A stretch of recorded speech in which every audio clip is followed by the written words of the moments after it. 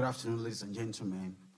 My name is Lanre Ajayi, and it's an honor for me to have you here today at the first Calgary Mayoral Candidate Election Debate Night.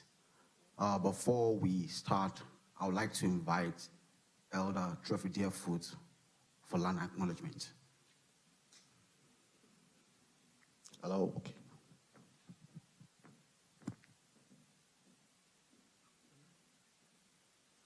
Okay, het gaan ek se met sim gepoen. Staan ek ook is ek toe maak.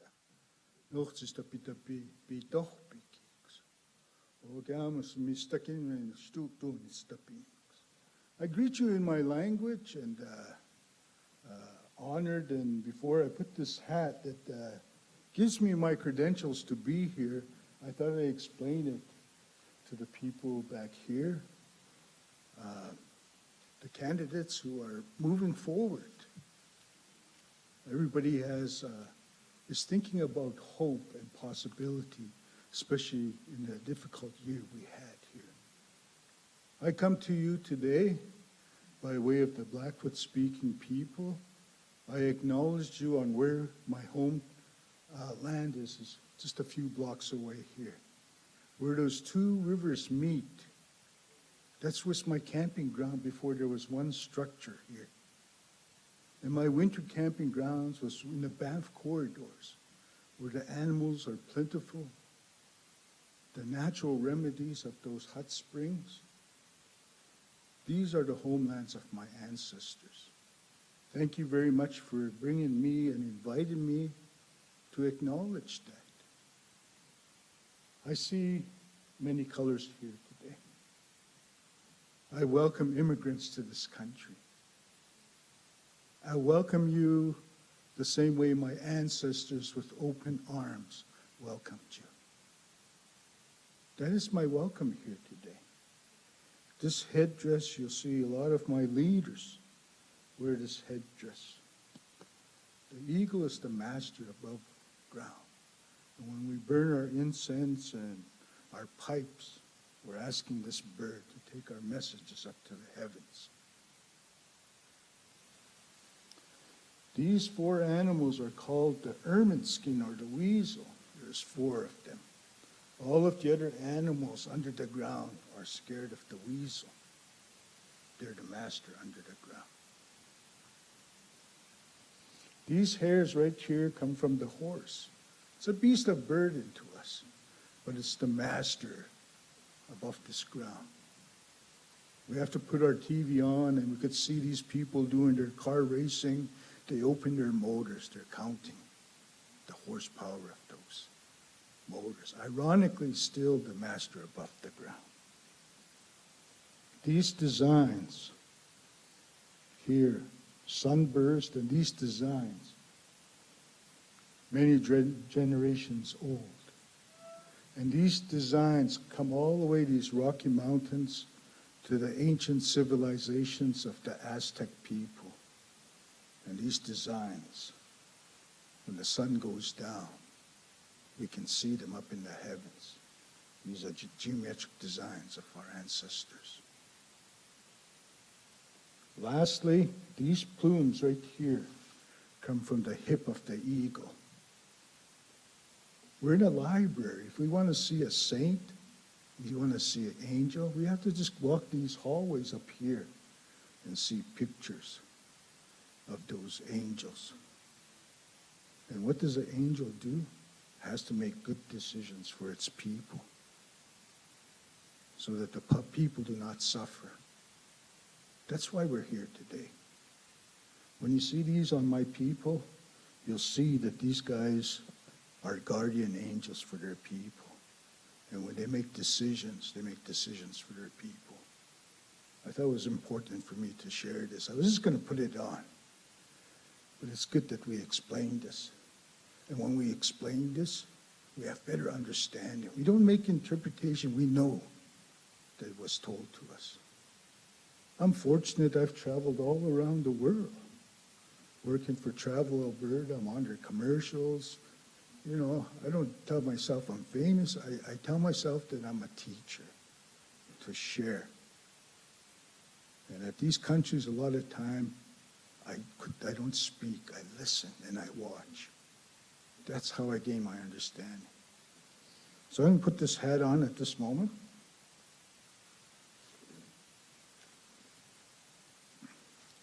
So this is the honor I have. I was in the army. I didn't have to join no army. But my dad was in the army, and then I joined it on the same basis that he learned. He learned life lessons, and that's how I was able to, my community honor me with this. Today, I'm going to say a prayer before I start. And that prayer, you guys all, we have a person from a church here. You guys support me on we all have many ways to get to our Creator. Our color of our Creator is many colors. We have to close our eyes and we see what color He is. So I ask you to join me as I say, speak in my language, and I pray to our Creator. Ayos bet ako do kitang kristikoy. Ako kana suka piang kristikoy. Natsi pu isnaham si skano takopi. Ako kspomukia isuchtik. Og nits ta pikuan. O na tui tapi ako do kitang kristikoy. Ako kapim skatu pinagana suka. O niske pukex mate sa putuan nanak. Oh, kako kan sis back. Me same back. Ge bepusta na pioisen. Hey. I found something very interesting today. There was this young child was asking his parents. Does fairy tales always start off with once upon a time? Parent jumped up. He says, no. It usually starts off, vote for me and I promise.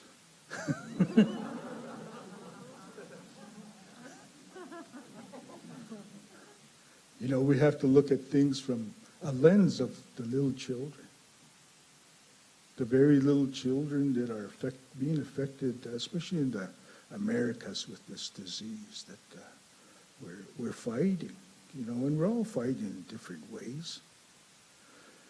But I think what's very important is the four aspects of our life. To take care of our mental, our physical, our spiritual, our emotional being, the four essence of our way. And as we listen to these candidates tonight, we hope that they would be honest. We hope that they be truthful. One of my elders with one feather, Elijah Harper, stopped a Charlottetown Accord by using one eagle feather. My ancestors, they brought a pipe into Parliament in the 1980s and got our rights through Section 35 of the Indian Act enhanced. And those treaty rights that allow everybody to occupy these territories in traditional times. So I am standing here with a challenge. We all have to make decisions shortly. And I hope that, you know, that when we're making decisions, that we ask our Creator, our Maker, our Buddha, our whatever religion we are, that we pick the right person that is going to lead us. And as candidates, I was going to say, don't take pictures for me back here, because everybody's got a camera nowadays, eh? But, you know, these candidates, you know, I want to say one thing, and that one word is hope. You know, we found a bunch of kids. I'm a residential school survivor, guys. I was sexually abused at residential school. My dad died because of those abuses. I should be angry. But I'm not angry. I see that if I look outside of the box, what am I leaving my children? Do I want to leave hate with my children? Or do I want to take that as a lesson and start my life from this point on and share that there's going to be hope for my kids, my grandkids, and my grandfather now. You know, I adorn myself with traditional bear necklaces, you know, my headdress, you know. I'm an Indian in a cupboard. You know, this is what people want to see. But when you see deeper the societies that I've been involved in, the ceremony and rituals, 4 days without food and water hanging from a tree, there's another level of being.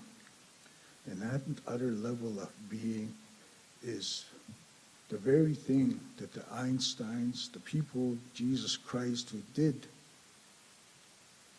some fasting to get to another level of being, to give us some comforting knowledge on what we need to do. I'm not going to keep it really short. I wish best of luck to all of the candidates here. And my only wish for you is to think of those children. My community, they're always saying, look, 7 generations ahead. Have pity on those kids. 7 generations ahead of us. That we don't heard it enough. You know, the news, I don't even watch the news anymore. I see so much ugliness, the pollution, you know, chopping down trees, you know, burning down our forests, you know. It's just endless, the ugliness you can see. But when I see my grandkids and I'm holding them in my arms, I'm thinking about hope for the future. So that's my challenge to you candidates, is that we think about those little people in our future. And that's how I'd like to conclude, with the thoughts of good luck. Thank you.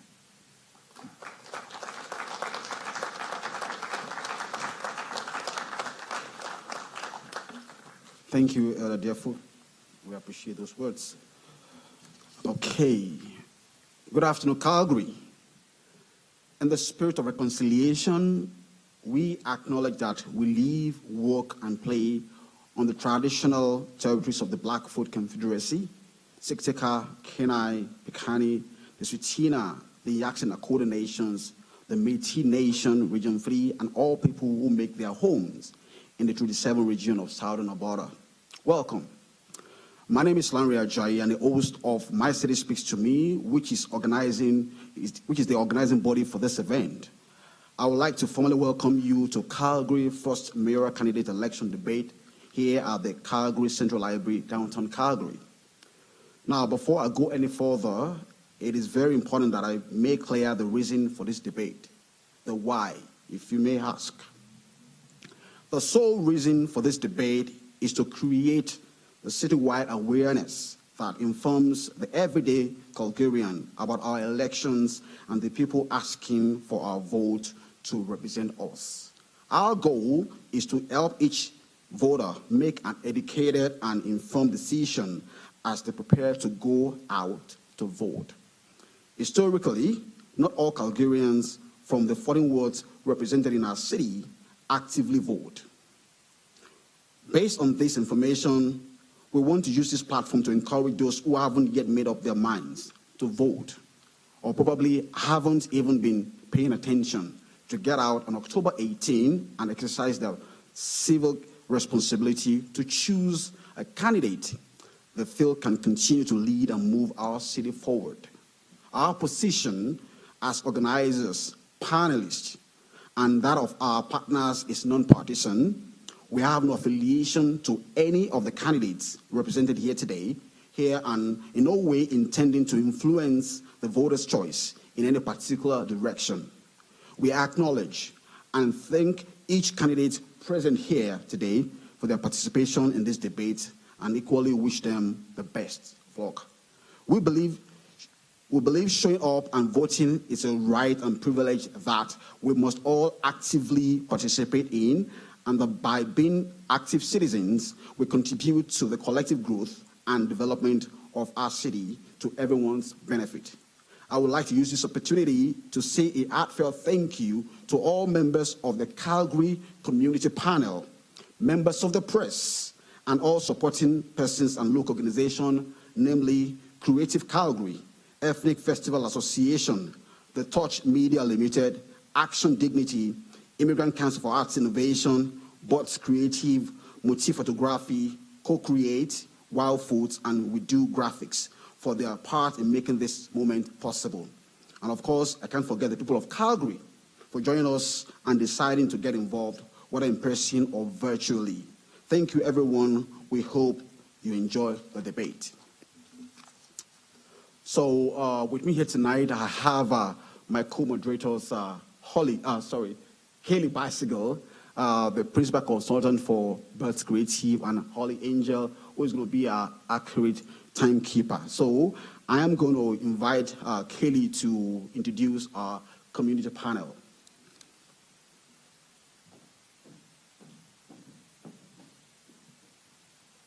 Thank you, Lanre, that introduction. Oh, guys, I'm trying to follow all the protocols here, as I know you all are too, so I appreciate everyone's safety and consideration for this event so we can all look after each other. So to welcome the Calgary Community Panel, we have Dee Adekube. She is the president and founder of the All Women Ministries. We have Josh Deladone, the assistant director at Arts Commons. Alexander Sima, publisher at Habisha Magazine.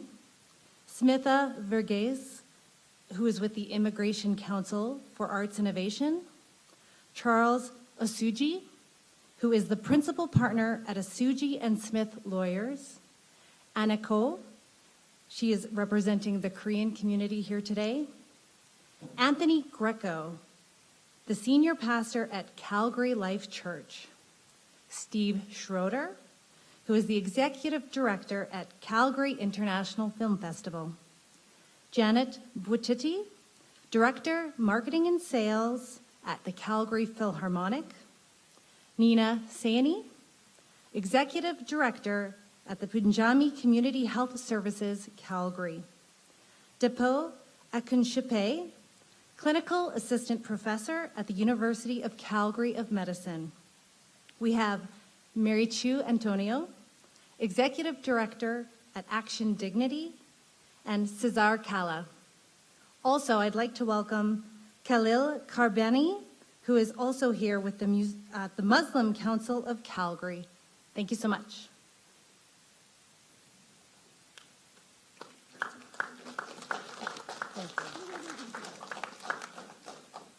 Thank you very much, Kaley. So I'm going to ask Holly to come give us the debate ground rules. Holly, thank you.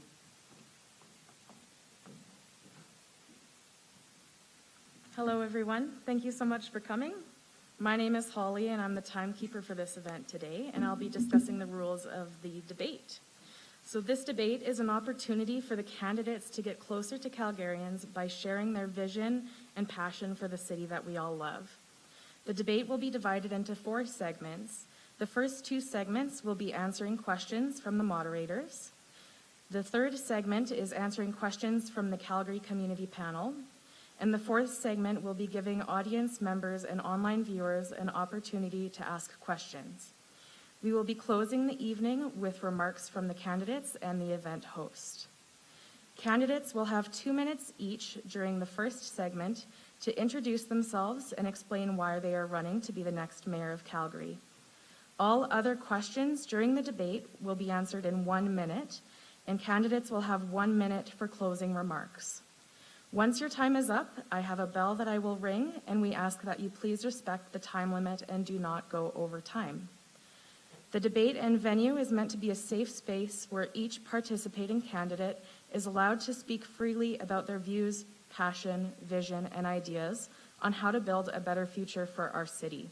We will not tolerate any form of abusive words or unfriendly behaviors that may threaten any person while the debate is going. If any such behavior does occur during this session, we will ask such individuals to leave the premises. Thank you for your understanding as we create a safe space for everyone to freely express their individual thoughts towards making our city great. Thank you.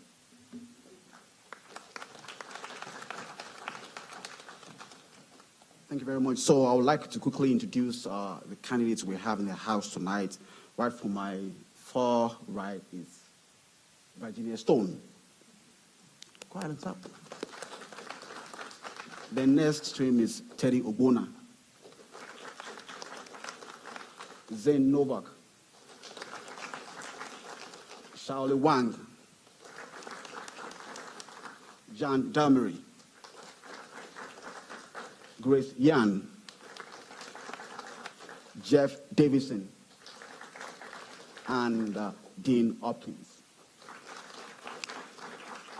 Thank you very much. So we're going to be starting the debate now, and then we're just going to call your name, and when you hear your name, step to the podium, and then we'll read the questions. When we read the questions, then your time starts, and then she has the power. When it's 1 minute, she's going to stop you. Yeah. So just know that the first time I'm going to be calling you here, you have 2 minutes to tell us your name, introduce yourself, and why you're running for mayor of the city of Calgary. We all get 2 minutes for this first round, and afterwards, 1 minute till we end the debate.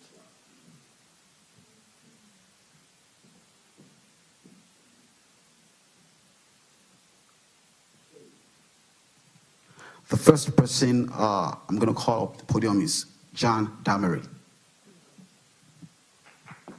Thank you. It is awesome to be here. It's awesome to see people in an audience.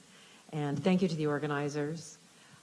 Thank you to and welcome to my fellow candidates. It's great to be here with you tonight. I'm Jan Damery. I'm running for mayor. In my extensive experience in working across sectors and leading in complex organizations, I have learned that in crisis, there is always opportunity to forge a new path forward. It takes a fresh perspective, and it takes experienced leadership so that we can create a city that we are proud of and that the globe sees and recognizes as vibrant and wants to be here. Leadership also is defined in crisis. It's not about words, process, critiques. It's about action and decisions. Critics are not leaders. I'm an economist. I'm a business leader. I'm a community leader.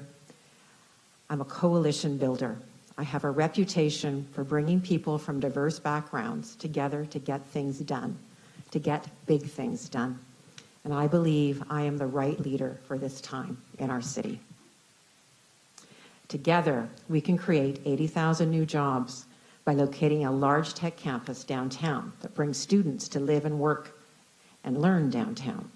Together, we can make Calgary the place globally to live, play, learn, and work by supporting the train from YCC to downtown to Banff.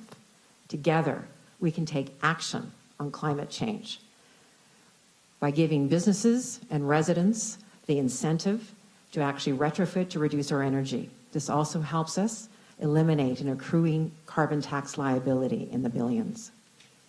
This is about restoring the heart and soul of our city by ensuring that everyone is included in our recovery. Thank you for the time. Thank you. The next candidate to come up is Jeff Davison.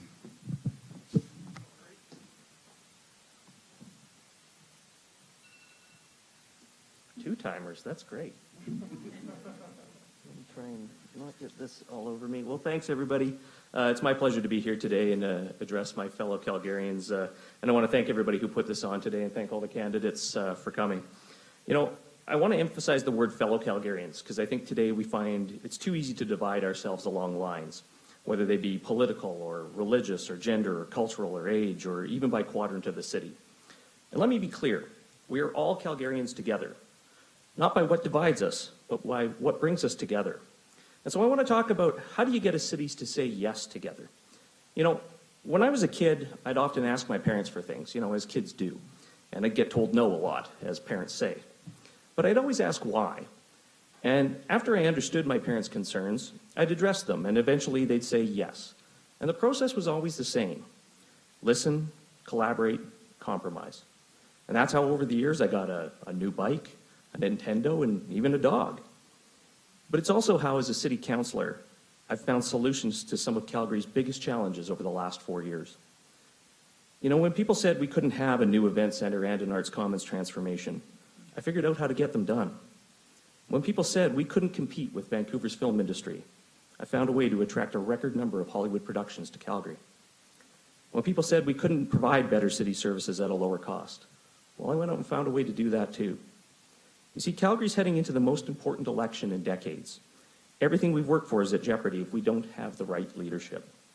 Do we want a leader who says no to new ideas, new opportunities, and with anyone who has a different point of view? Or do we want a leader that knows how to understand what's behind the no and get us towards a yes? If we want to say yes to a robust economy, yes to jobs, yes to new infrastructure, yes to affordability, and yes to benefits and recovery that are helpful to all Calgarians, then we need a proven leader who can collaborate with council and the community to get things done.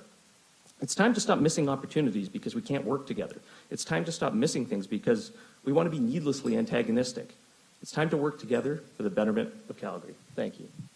Why don't you do like a warning shot, Thank you know? Like, start with like a ding and then end with like a bang, bang, bang or something, you know? Thank you. The next candidate is Grace Yan.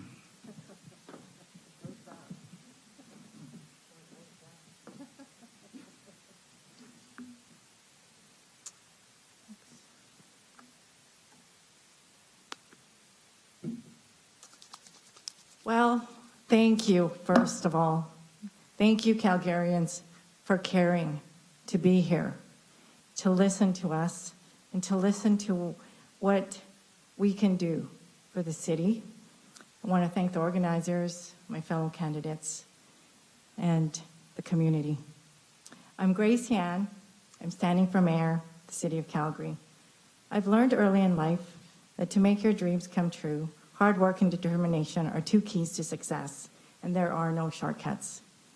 My family immigrated to Canada from Manila, Philippines. I saw firsthand the effort, hard work, perseverance it's required to make my family's business a success.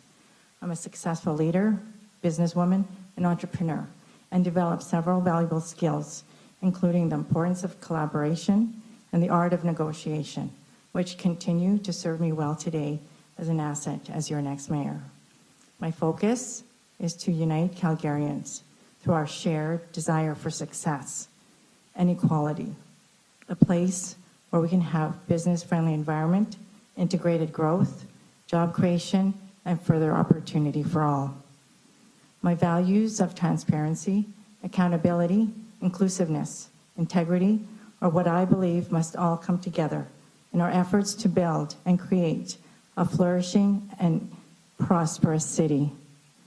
I'm a solution-driven leader with demonstrated results, strong ability to achieve consensus, successful business experience, combined with strong knowledge and appreciation of the city of Calgary.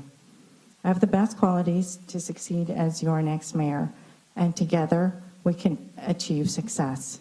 And I'm on the other side of no. Thank you. The next candidate is Teddy Obona.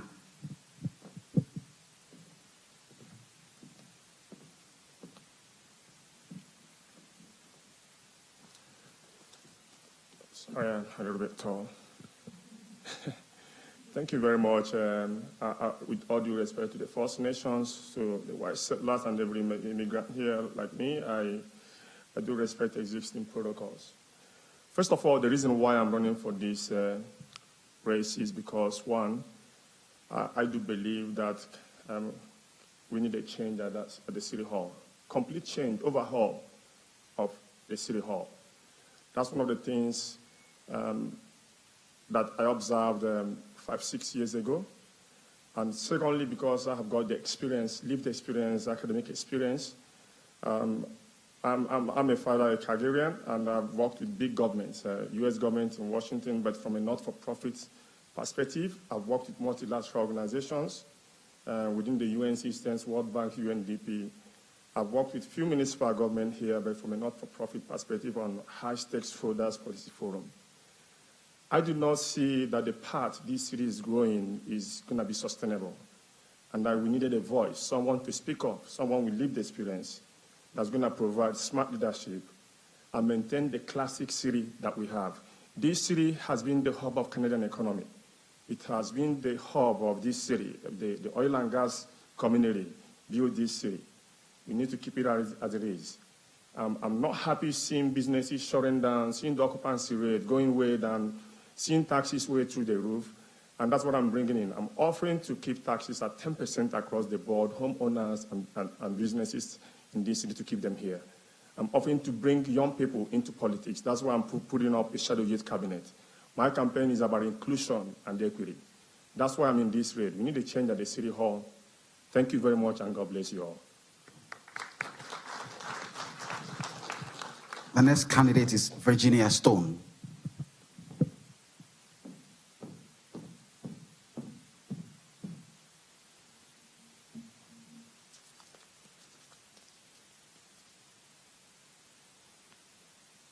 Thank you all for being here today and investing your valuable time with us all. And it was such a pleasure to finally meet all the candidates in person here today. My name, as you know, is Virginia Stone, and I am running to be the people's next mayor. I am non-conforming. I am neither left nor right or central for that matter, and I simply refuse to be put on a dysfunctional, linear political scale that is pitting each side against one another. I see a circular system that actually encompasses all of our values, all of our needs, and takes care of every living being on this planet. My initiatives are very aggressive, and I intend to convert our waste into energy in the next 3 years. I intend to build a Grow Food, Save Alberta initiative that will give us food security and make us self-sustainable. I have a Citizens Without Residence program that will house all in this city and finally tackle our homelessness problem that has been ignored for 2 decades. We will stop the bleeding and the excessive spending. We will cut business taxes, and we will start putting in initiatives to actually encourage new business into this city. As I am an entrepreneur and I have been building international companies for 25 years, I understand how incredibly important it is to support our small businesses to see economic recovery. So I ask you all to please focus on what your main key values are when you're voting this year, because we absolutely need somebody to disrupt the status quo finally. Thank you. Thank you. The next candidate is Zane Novak.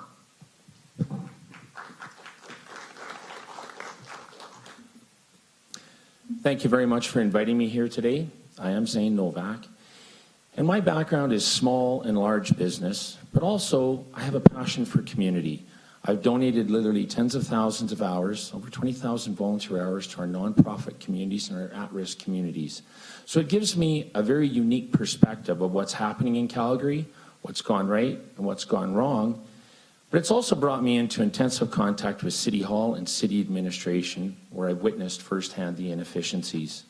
When I first came to Calgary, I'd always ask everybody, what's your Calgary story? Because Calgary was like a beacon of hope. People came from all over the world because there was opportunity and prosperity here. This was a place, I used to say, it's like the Wild West, but with law and order, where you could come here with good work value, ethics, and you could create your own prosperity. Well, I don't see that anymore. In fact, there are many things that have motivated me to stand up before you and before Calgary to be your next mayor. But one of the linchpins of this is the fact that we're actually growing in every age demographic except 18 to 24. We're losing population. That's our future. That's our hope. We're in a house of cards, and COVID has proved that. You pull those segments out, we collapse. Without that, what do we have for a future? We need to change the narrative of our city. We need to fill our downtown spaces. We talk about tax reduction, we talk about this, but we need plans and we need systems in order to do that. And we need to look internally at City Hall. We need to have a City Hall that is collaborative, that actually works together. where egos aren't the main topic and agendas aren't the main subject. We need to work with our provincial governments, our stakeholders here as taxpayers in Calgary, to build a new future where we are once again that beacon of hope, where we attract people here instead of losing people. Thank you. Thank you. The next candidate is Dean Hopkins.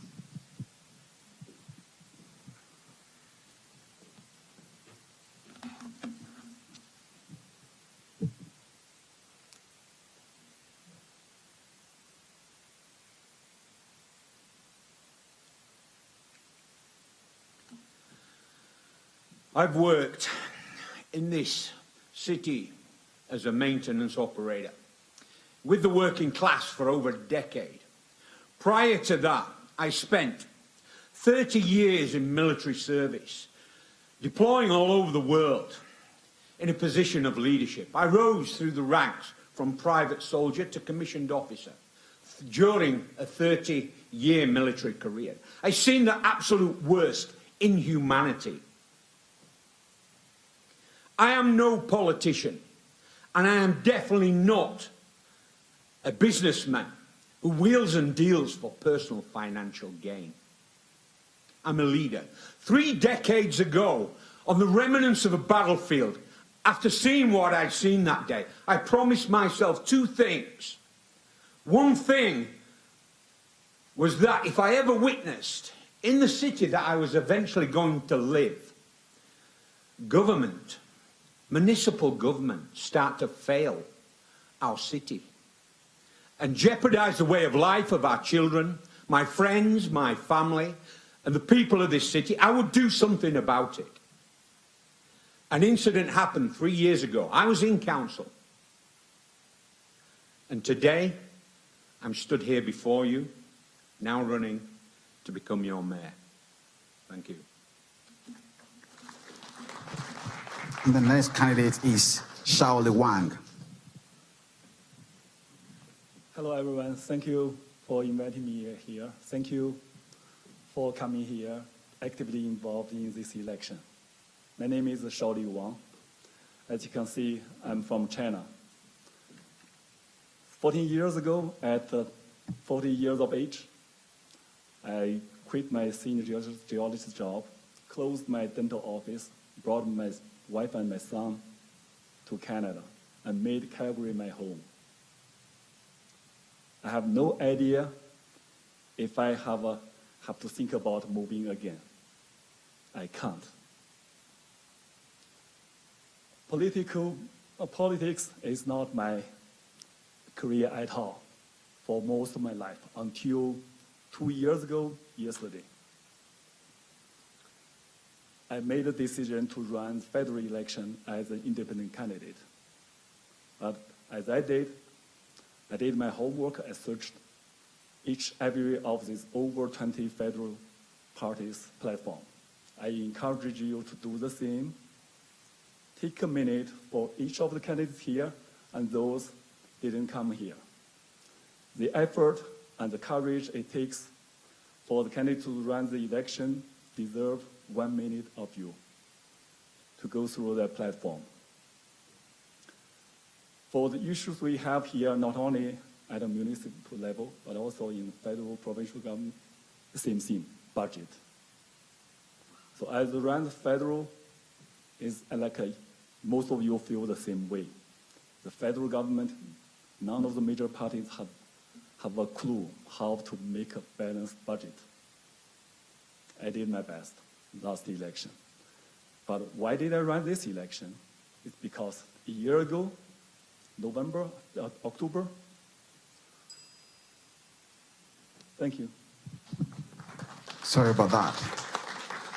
So now we're going to debate properly. So we have 9 categories where we're going to be asking 2 questions each from all the candidates. And they have education, health, arts and culture, immigration, diversity and inclusion, housing and infrastructure development, energy, finance and economic development, justice reforms, and policy.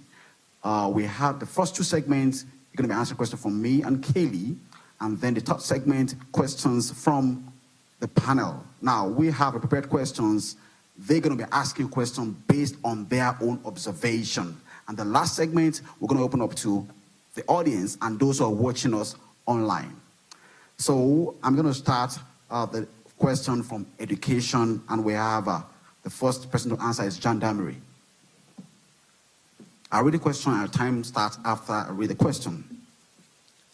And by the way, the questions have been prepared independently, not by me or Kaley, but some selected individual members of the panel and some individuals in Calgary, both here and absent. So we didn't put this question together.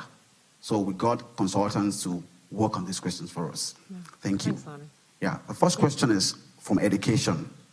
Given the overwhelming feedback of the new proposed Alberta curriculum by CBE and CSSD and frustration of parents in Calgary, what implications do you see at a civic level? For example, workforce, economic development, competitiveness, and what role do you think the city plays in advocating for an education system / curriculum that supports our future prosperity? Yeah. Thanks for the question, Lanre. Education is fundamental to us creating this vibrant city. We are educating our children, and first and foremost, they've got to know how to critical think, because we're actually training them for jobs that don't even exist yet. And this is one of the reasons that I am promoting a tech campus at scale in the digital and STEM areas, that we can actually have this vibrant community that also helps us revitalize downtown. But fundamentally, it's about creating talent and the pipeline in our city that we can grow and be this amazing, diverse, and energized city that actually solves and helps solve our future's problems. Thank you. Thank you very much. That was quick. Thank you. The next candidate to answer the question is Jeff Davison. The same question, please. Do you want me to read the question again? This is going to be a lot of hand sanitizer. Oh. No, you know what? No, it's okay. I remember the question. Okay. No, thanks. Ultimately what it's all about is jobs and attracting investment. And I think, we have significant challenges creating future pipelines for talent, which are necessary to transition our economy without creating competitive learning spaces and learning advantages for students here in Calgary. If we're going to safely diversify the economy, early and advanced education must be preparing children at early stages for the jobs they will want in the future. Because right now we're seeing a lot of uptick here in Calgary with respect to pharmaceuticals, agriculture, energy, logistics. Technology is not a sector anymore. It's in all of these things, and we need to be preparing children going forward for, frankly, the careers that they're going to want to have, not need to have. Thank you very much. The next person is Christian. The same question. Do you want me to read the question again? Okay, thank you. Yeah, education for citizens ensures the success of the city. And as mayor, I have to promote education because citizens need education to help create a thriving, successful city. And the children are our future. We need to ensure that they're provided with the best education possible moving forward. And we have to support that, and we have to prioritize that. And also, yeah, tech, innovation, it's all very important, but for a thriving city, education is important. Thank you. Next candidate is Teddy Obuna.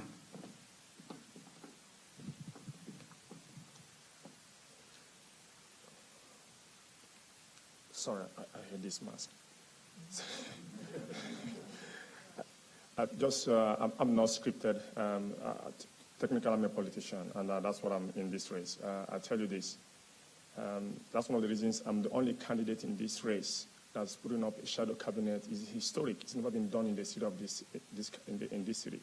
I'm putting up a shadow cabinet to allow young people of all ages to participate in the decision-making process. We can get the best ideas from young folks, from entrepreneurs, both in junior high, high school, and universities. The curriculum from the provincial government, the current one that is causing so much problem, is nonsense. I'm not hiding about my party. I'm part of the party. Jason Kenney is the leader of my party. I don't agree with him in so many things. But the point is that we need to go back and listen and put children first, put parents first, before politics that is just behind the scene. So I do not agree. I don't know if any of you have gone through that, the curriculum, the current one they just have. it's boring. You are trying to draw children back. Thank you so much.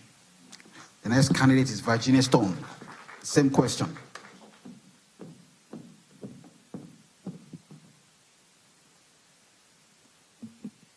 I'm pretty passionate about this one.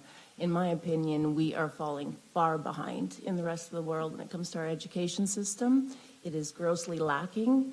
We are still having old school classes, and we are not taking into account the forward thinking, different courses that our students need, from tech to sustainability to even day-to-day things like finance and building companies. We have got to readdress this entire curriculum, and I suggest we do it one course at a time because it seems nobody can agree on the entire curriculum at once. So let's just take bite after bite slowly until we got it completely covered.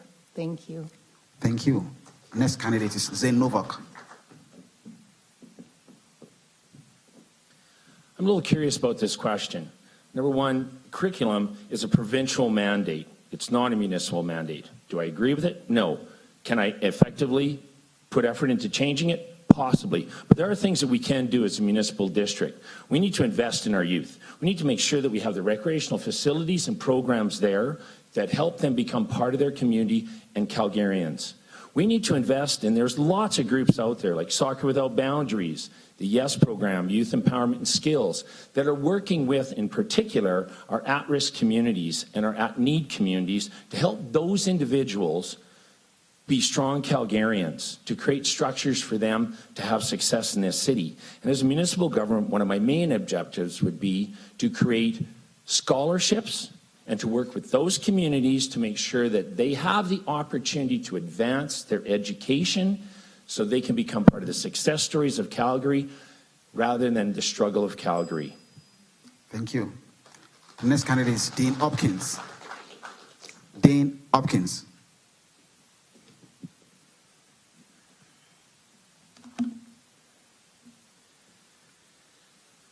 My focus is on the youth of our city who leave school at 18 and can't find employment.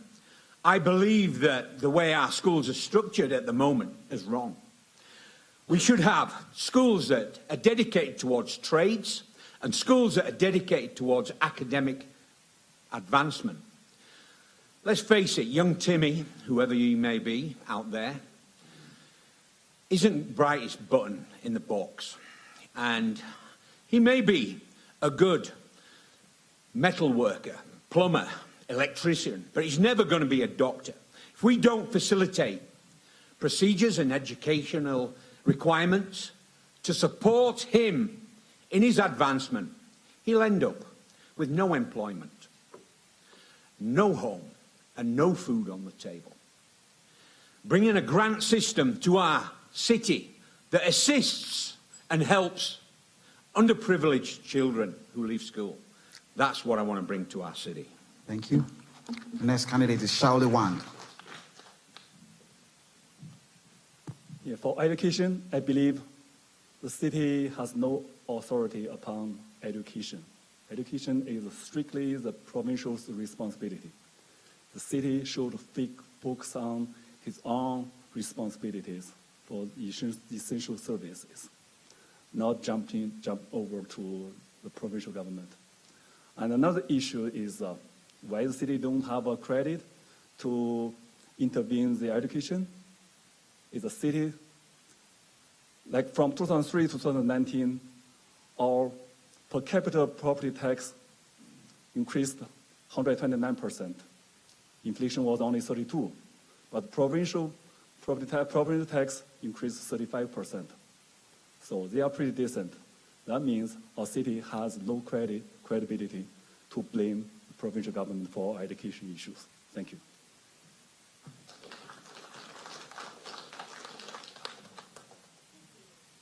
Is this on? Oh, it is now. All right, so for your next question, the population of school-aged children in different areas of the city has changed due to a number of factors.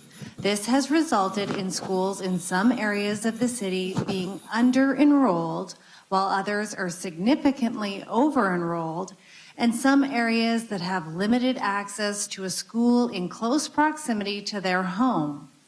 What do you think the City of Calgary can do to help address this issue regarding access to schools within close proximity to the homes of Calgarians? To start off, Dean Hopkins.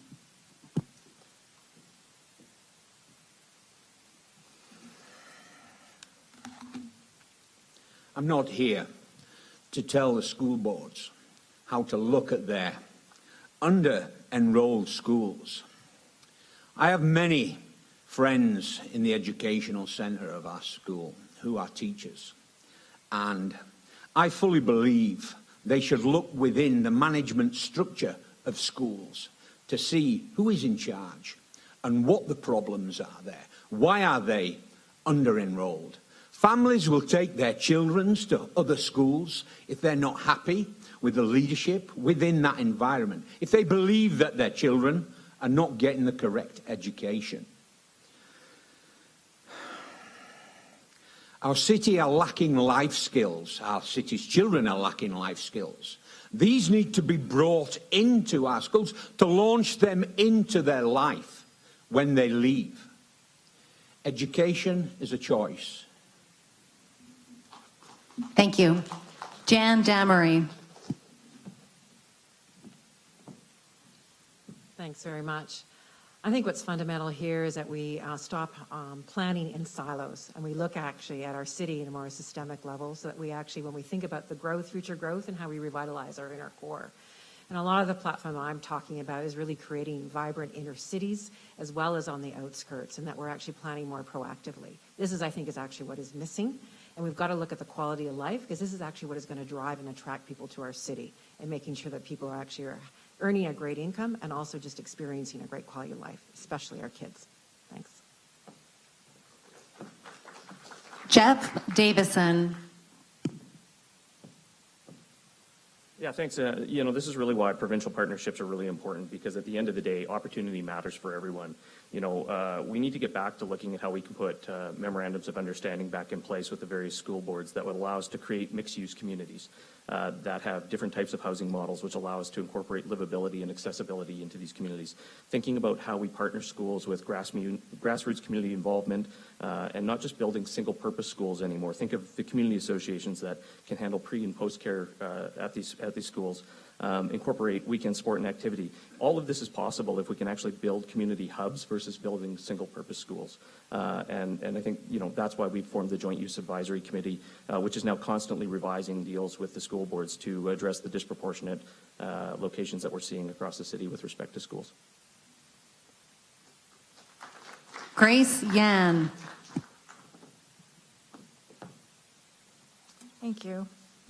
Having the tax base to build schools and hire teachers requires a strong and vibrant city. We need to make sure we don't lose taxpayers. There's a trickle-down effect. When we lose small businesses, it leads to less money for the city of Calgary to fund education. As a businesswoman, I get that. It's a responsibility of the city to provide for its citizens. And as such, I will not ignore this issue.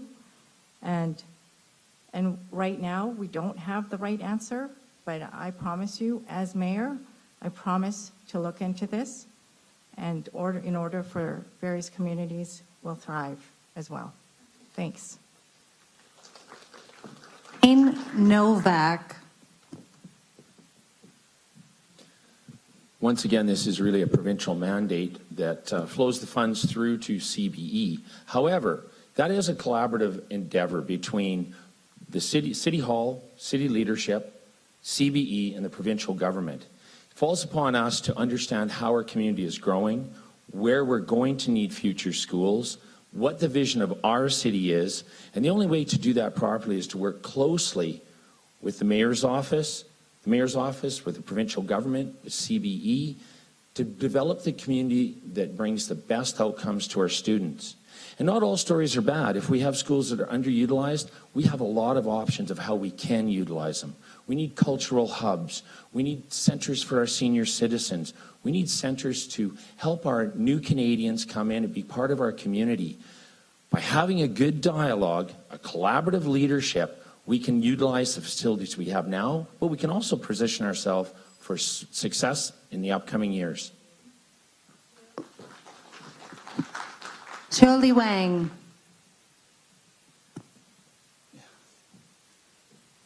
People with children moving to communities, they used to have a consideration of their kids' education demand.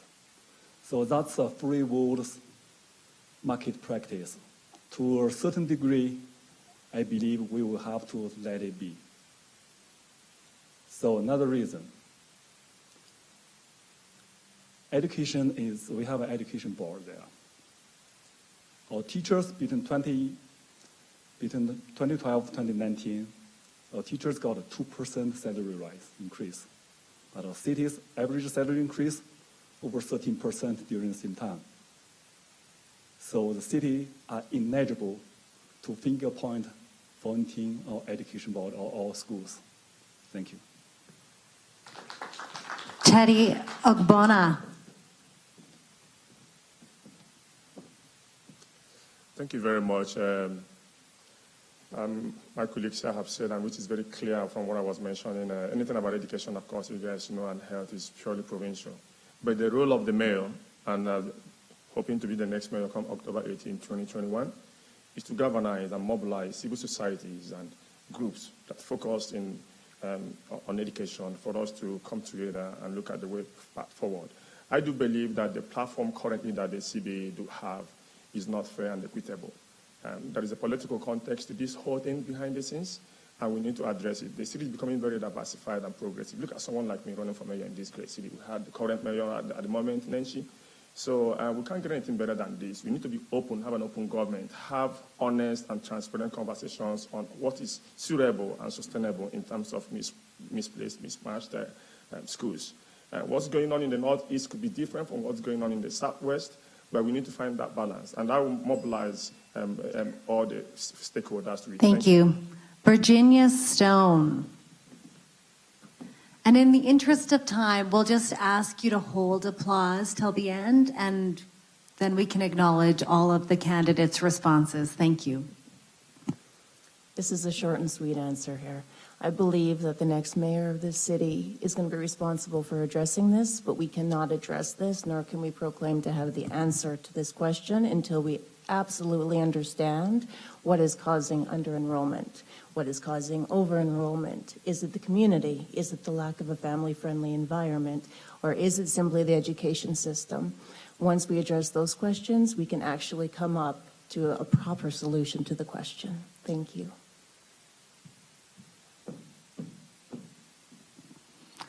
Applause. They can be trained. All right, we are in our next category, which is regarding health, and recognizing that some of these questions from our community members may be in provincial jurisdiction. We're asking how you at the city level can help influence these very important areas that are important to Calgarians. For the next question, would you please speak to your position on the City of Calgary's ability to protect the health of Calgarians during the COVID-19 pandemic and the measures you would advocate for? How will you work with the province on this critical issue? To start us off, Teddy Ogbonna.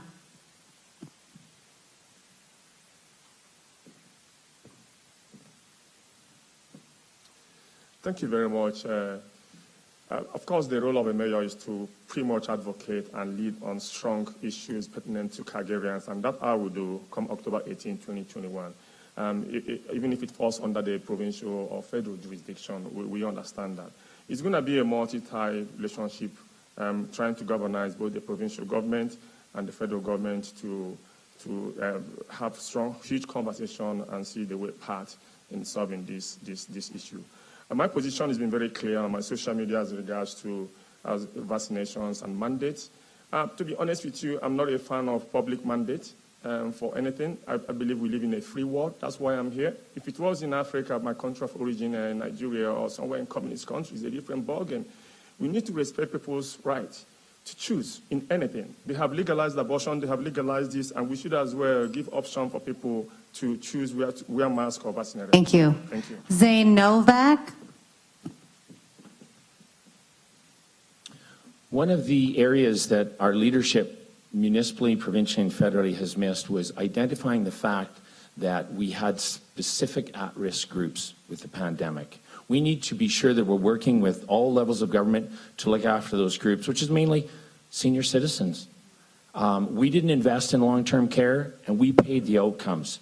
But what we didn't recognize, or our leaders didn't, is that there was a collateral effect on every single Calgarian. We paid the price of lockdowns. We paid it through financial loss, mental health. If we would have invested, worked with our provincial government to look after those most at risk, it would have taken a lot of the stressors off the rest of us, and our society could have gone forward in a more healthful way, and we could have been a more prosperous city and not suffered all the outcomes we had. Instead, we see what the results are, and we're living them today. Dean Hopkins.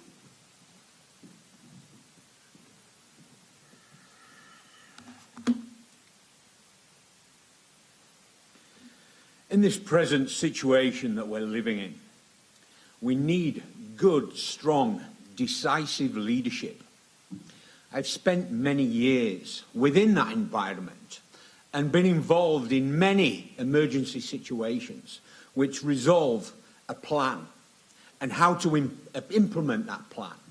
I sent, in my professional capacity as a maintenance and facilities operator, working with plenty of HVAC around the city, I know there's a thing called sick building syndrome when it comes to the transmission of diseases and how it escalates. And if that's not addressed, then things can get worse.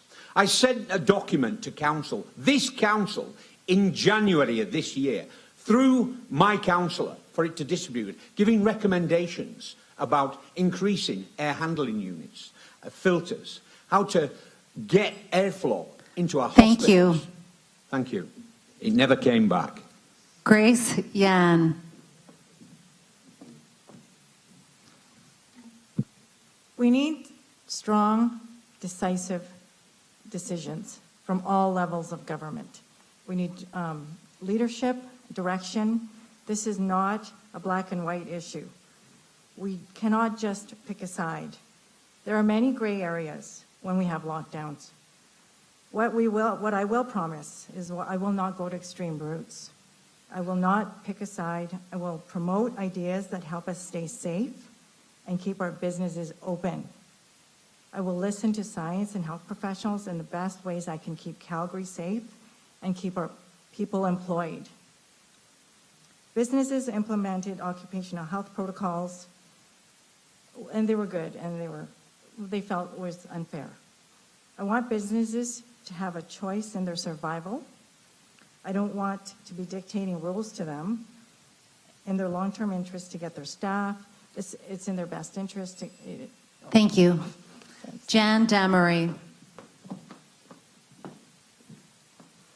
Thanks so much. I came out actually in May advocating for proof of vaccination, or what someone can call vaccine passports. And in fact, demonstrated even a couple of weeks ago, just before the Emergency Management Committee meeting of current council, that we could actually have the means through City Council to amend the current mask mandate and make an exemption so that people to enter into public places just by showing proof of vaccination. And that assures that we can actually reduce community transmission, which also protects our kids in schools right now. Families are incredibly unsettled and feeling extreme strain. I view the role of City Council in our city and the role of mayors to reduce that stress and strain. And that's what I've been advocating. So thank you. Virginia Stone.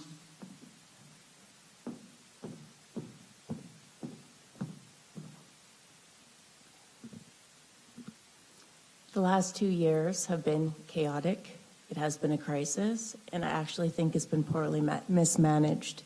We need leaders that are proactive, not reactive. And we cannot jump from one side to the next, masks, no masks, and confuse the public to the point where half of us don't even know what we can and can't do on any given day. So I believe wholeheartedly you take a balance of scientific facts, you listen to the people, you take care of people who are at risk, and then you do proactive decision-making, and you stick to that. If our leaders were stronger, they would be able to make the smart decisions and stick to them without worrying about what the opponents are saying. Thank you. Shirley Wang. As to the pandemic, I believe City of Calgary should do first, follow the federal and provincial government's restriction rules and orders. Strictly hold the city staff liable for violations. Second, trust our people. Encourage people for the new moral standards, mask and social distance, less door locking. Refrain from further splitting our people up. Thank you. Jeff Davison. Well, I can tell you as an elected official, it's a really tough time to be elected. You know, when COVID hit, you felt like there was no right decision you can make and everybody's got lots of opinions. But what it highlights is that there's a real need for continued collaboration between all levels of government and more communication, because it was hard finding out everything about COVID-19 the same time you were. The challenge I had with COVID is that I had 1.3 million Calgarians I had to go and deal with afterwards. Those are tough positions to be in. But what you look at it through is the lens of keeping our economy open and keeping people safe. And you have to continue to be nimble in an ever-evolving situation, which is what I think our city has done actually very well. You know, we've requested vaccine passports and have stepped up when the province wouldn't, and I would continue to make those decisions again if I had to. Thank you. Thank you. So the second question under health. The pandemic has resulted in all exacerbated challenges related to the mental health of all Calgarians and has had a disproportionate impact on the most vulnerable. What do you believe is the most immediate action the City of Calgary can take to support the mental health of Calgarians, and how do these actions relate to a longer-term plan to support the health of Calgarians? I'll start with Grace Yan.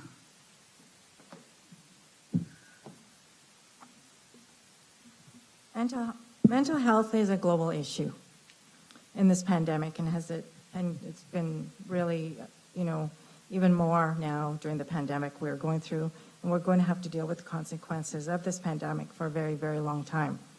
So I'll support programs and initiatives which will address these issues. Overall, I think the city needs to address these issues more vigorously, and I will be an advocate for mental health. Thank you. Thank you. Shaoli Wang.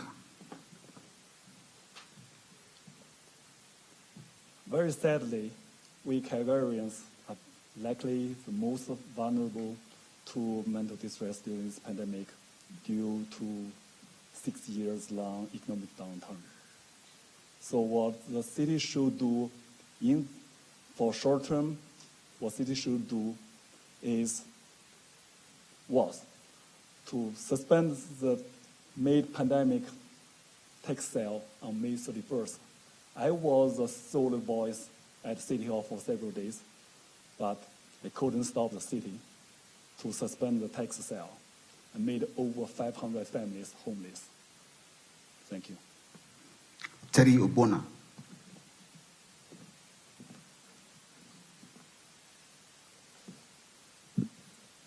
Mental health, addiction and all that, as we all know, is not just a municipal thing. We have to draw have a huge conversation with the provincial government and federal government to bring in resources. Knocking on the doors, talking to people, what I'm listening, people on the street. There's no resources. We need to find a way, even if we have to go through a public-private partnership with community associations and groups to get those resources to provide, to get more social workers for them. And that's the way to go to address mental health. It's going to take a huge toll. It's already starting and it's climbing. So that's the way I will lead as the mayor of this city come October 18, 2021. I will lead in mobilizing, advocating, making sure we get the resources they need to address these issues going forward. Thank you. John Damery. Thanks so much. I'm referring to the mental health impact on all of us as we go through this pandemic as the shadow pandemic. And I think we're all realizing that we're less resilient.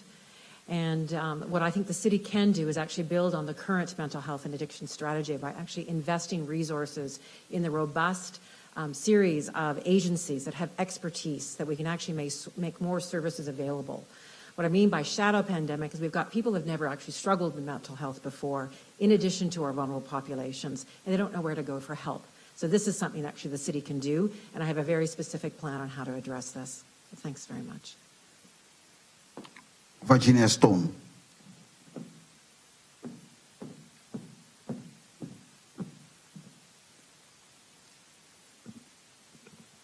The mental health crisis has been only escalating over the last 2 years, and I myself have lived with it firsthand, thinking that everything is okay and waking up the next morning feeling as if you can't breathe. I can understand this. We have all had our lives turned upside down, and I think the quickest thing we can do for the betterment of all people in our city is to get back to life, to get our freedoms back, to be able to move around, to socialize. I am an introvert, so I can hide in a cave quite happily, but the majority of the people I know absolutely need to get their socialization back into their lives to heal and to feel full and whole again. So that is number one. Number two is an initiative I have where we're actually going to attack mental health issues with what it really requires, and that's a lot more than phone lines. That's proper assistance, proper support, and proper medication with professionals. Thank you. Jeff Davison. You know, as an elected official, I would actually encourage everybody who's running for office to check out the city's mental health and addiction strategy, because now's the time for action. It's not a time to continually spin on more strategy that leads us down a path. You know, I was one of the councillors who helped support and stand up the mental health and addiction strategy here, where we spent $25 million working with Harvard, Bloomberg to put together a strategy that works specifically for Calgary. It's about supporting proper mental health proactive measures and investing in outcomes rather than continuing to spend money on problems we're never going to solve in our lifetime unless we start getting ahead of the problem. And so I strongly encourage, now is not the time to re-strategize. Now is the time for execution on making that strategy have a difference on the lives of all Calgarians. Dean Hopkins.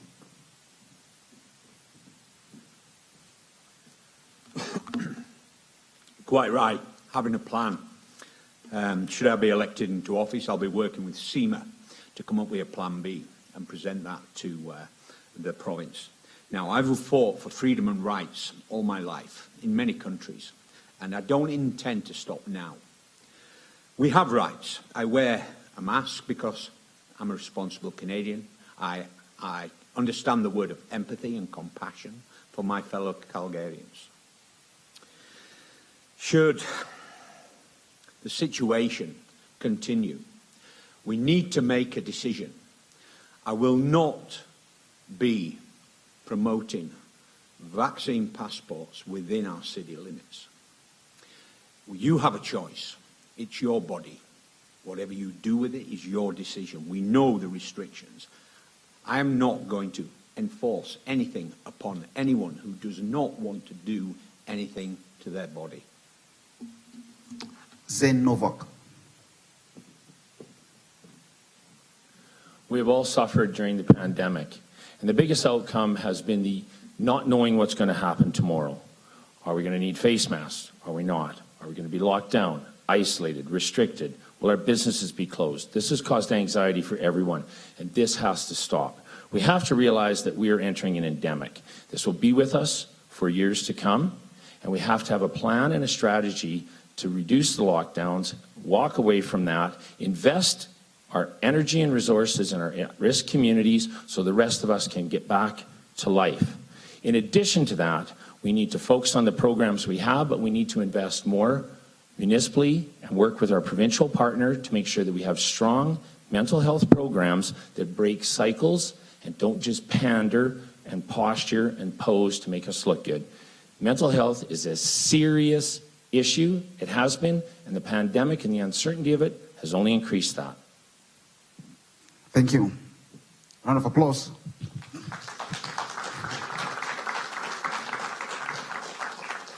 Thank you. Now we're going to arts and culture. First question. Art plays a vital role in nation building, as exemplified by local artists in our community, especially in Calgary, during the pandemic lockdown. What is your individual position towards advancing an all-inclusive art and cultural tapestry of this city? Start with Jeff Davison. This is a great question because it played a big role in this. I think, the arts play a significant role in making Calgary a better place while generating an economic return that's significant. I was one of the people that brought forward the increase to funding for CADA, Calgary Arts Development Authority, taking them from $6.5 million to $11 million a year. And I'm proud that we now help fund 371 organizations across the entire city. I also am happy that we unlocked $2 million of additional funding for CADA during the pandemic to support artists who were frankly disproportionately affected, not having places to perform. The city's role is to build the facilities and support the programming that Calgarians want, which is why I'm investing in the Cultural and Entertainment District, which includes transforming the Arts Commons, building the Event Center, and ensuring we have the venues that support a diverse group of programming that our citizens requested. Thanks. Virginia Stone.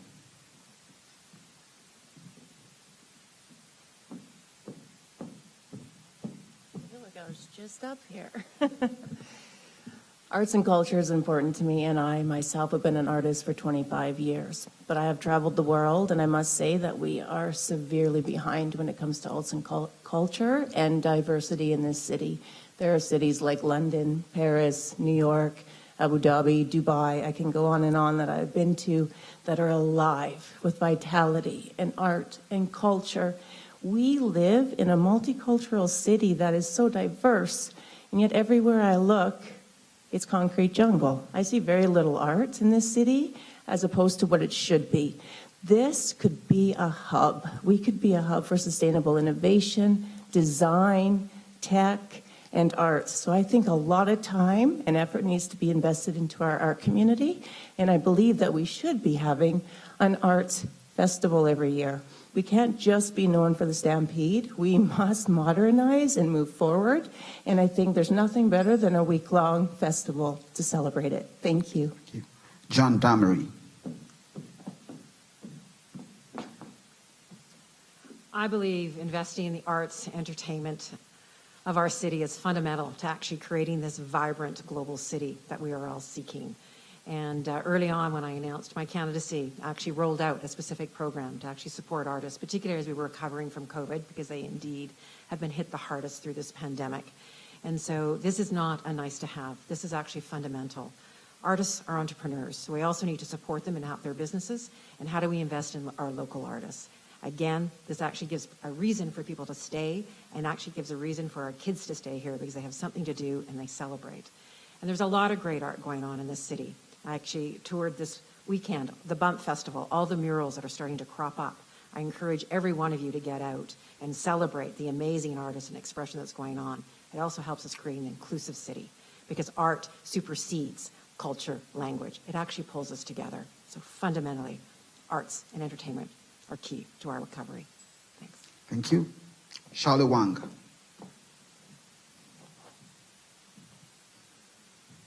A city is a place more than just for job, for work. It's a place for life. So we need something more than just functional. We need something enjoyable. That is for sure. But why we have these concerns of arts here in town? I believe it's because of the last few years we see several disturbing arts here in town, like the Beaufort Tower. Disgraceful. Even the artist himself apologized, but the city refused to apologize. And that put pressure to our real local artists. And most of them are not involved. If any of them are involved, we will not have that Beaufort Tower. So I believe we need to have our local artists actively involved in the city's artist projects more than before, and maybe fire some of those disqualified guys. Thank you. Teddy Obona. Thank you. First of all, this city, as I said, is a classic city. I believe strongly in it. It's been the hub of Canadian economy, and it's going to be bounced back to maintain that status. And we need a vibrant, creative city. It has always been, but we've got to expand on it. And my goal, being the next mayor of this city, come October 18, is to fund the arts and cultural community.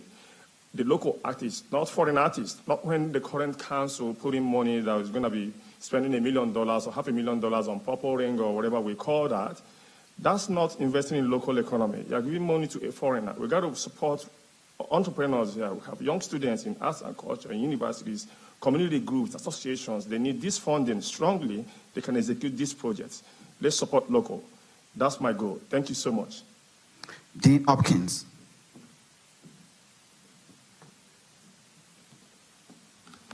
I do have a plan, but it involves our economy increasing and getting on top of the game again. Should that happen, I will be looking to advise council to put extra funding into our arts programs. I have a vision of our city being the arts cultural centre of the Western world, where artists, performers and entertainers come from all four corners of the world to Calgary to take part in our festivals and carnivals that will come in the future. This is what I see for our city. But charity begins at home. And I'll say this because if those entertainers come to our city, or artists, if they live in our city and contribute to our economy, then, yes, we'll look to giving them grants to do amazing artwork in our city. Our funds are not going to go out to our city to major conglomerates in other parts of the world. Thank you. Zane Novak. Arts and culture can really help to define a city. It can give it a showcase to the world. We have missed the mark in Calgary many, many times. Under our current administration, we've awarded contracts, as was alluded to before, such as the Beaufort Towers. We've missed an opportunity to support local art. But even more importantly, we missed the opportunity to showcase our own culture and history. Why wasn't that a gateway that was worked in conjunction with First Nations to be an entrance into our city from the mountains to show recognition there? Why are we not doing more interactive art? Why are we not doing art that really speaks to our heritage and our culture, and at the same time supporting our local artists? We need to be sure that we run a city where there is a budget to have art, to showcase art, and to showcase our local artists to the world. We've been doing it the other way around, and we have to change that. Grace Yan.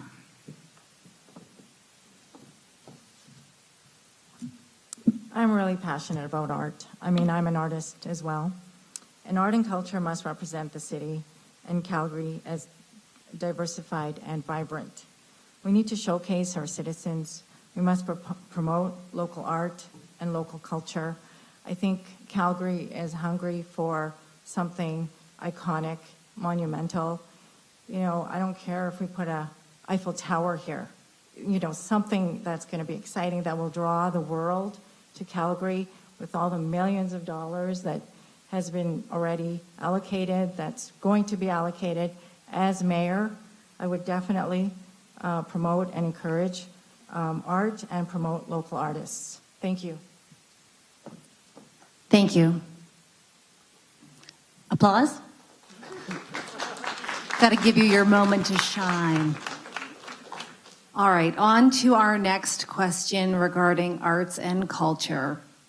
Regarding professional integration for newcomers and immigrants, the arts, in addition to other professions, currently lack well-known supported bridging programs that would help newcomers find work placements in their chosen fields.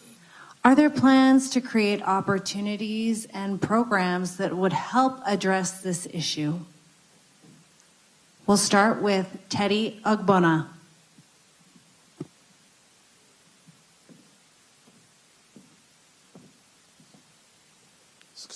Could you ask that last statement, please? To repeat the question?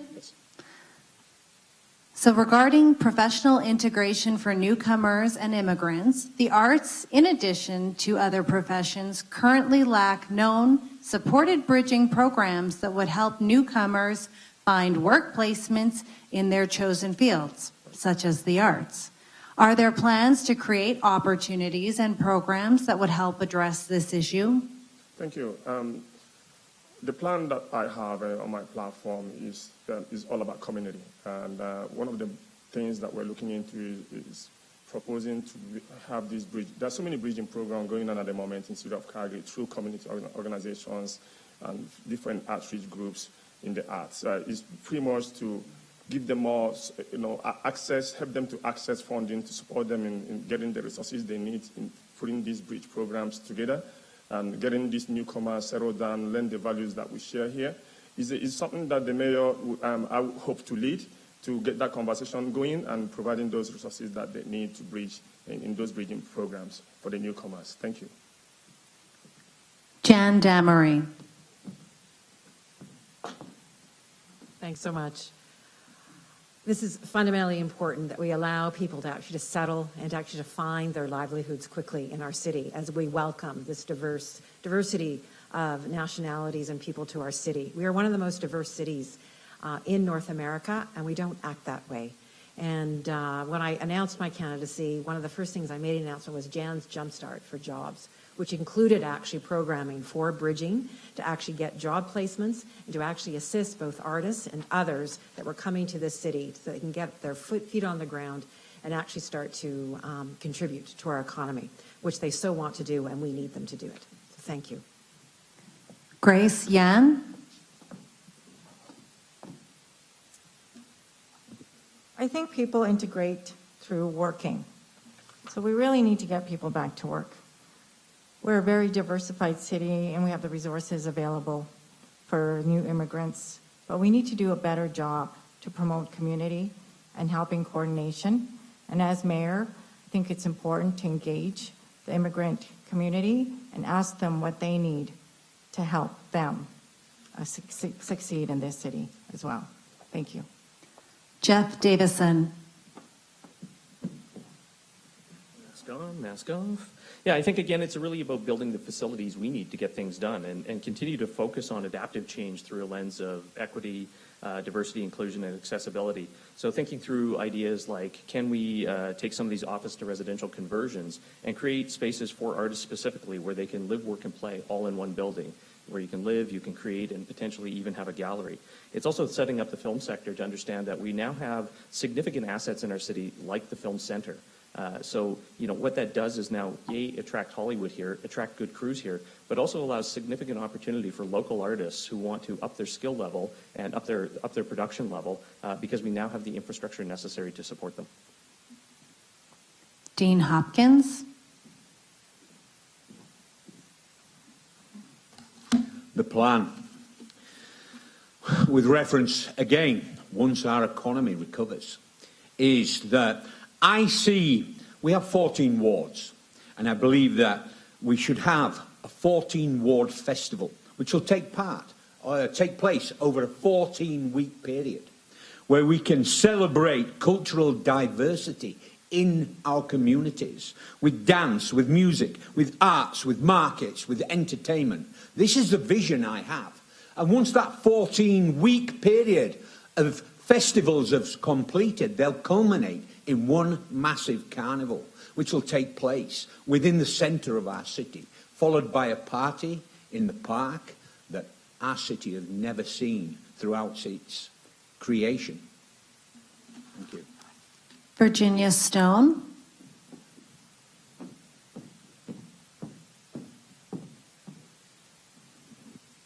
I very much agree with you. And I also have a plan, which me and Lanre discussed just weeks back about this. So I do intend to launch a festival 10 days solely towards arts and culture.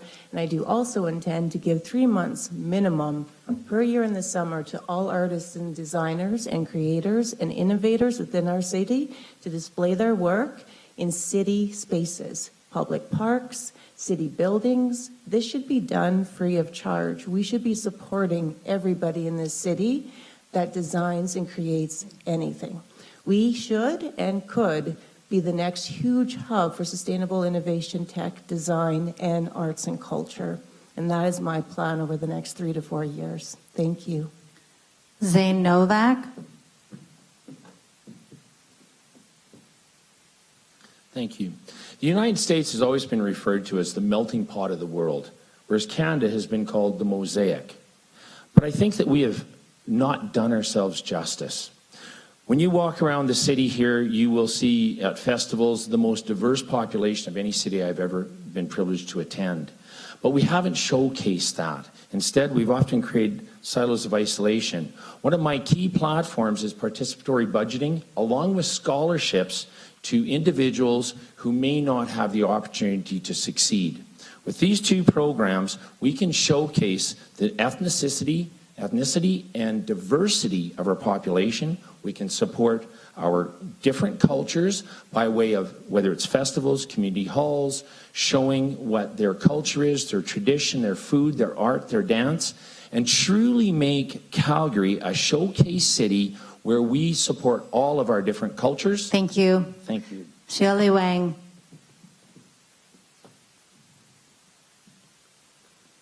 The city have annual funds for arts, and that make everything possible.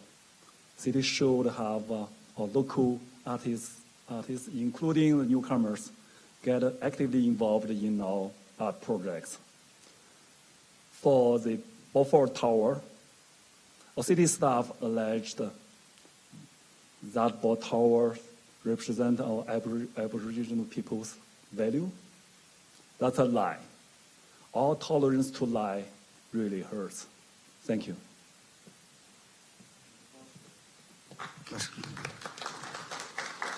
Okay, thank you. Because of our time, we'll go to immigration, and from there we ask one question on the category. Now, immigration.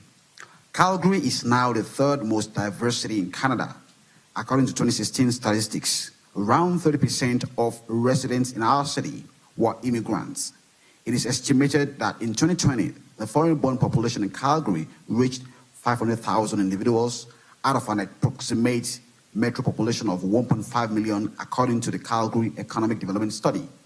What are your plans to address some of the barriers immigrants face in terms of housing, economic barriers related to lack of foreign credentials equivalencies, lack of Canadian work experience, and the inability to transfer experience from foreign nations, social isolation, racism, intercultural tensions, and disproportionate contact with criminal justice system? I start with Dean Hopkins.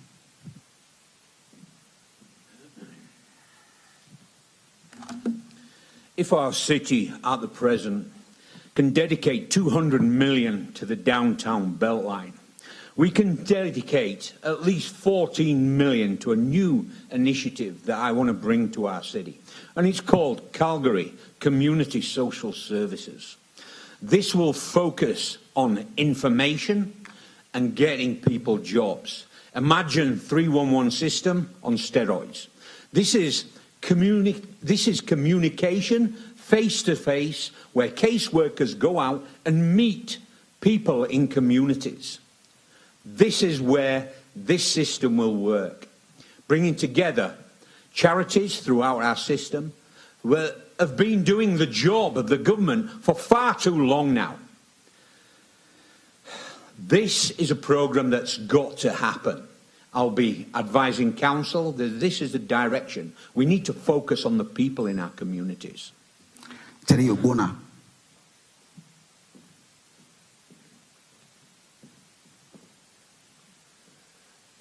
Great question. Honestly, we're talking about this. We're not going to leave here today, but all I can tell you is that, of course, anything about immigration, I'm very updated about the provincial government taking fast-tracking in their last bill, fast-tracking that newcomer certification get recognized.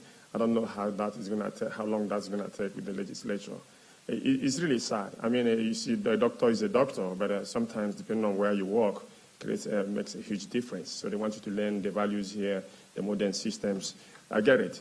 But we need to begin to realize that immigrants have contributed a lot, everyone here.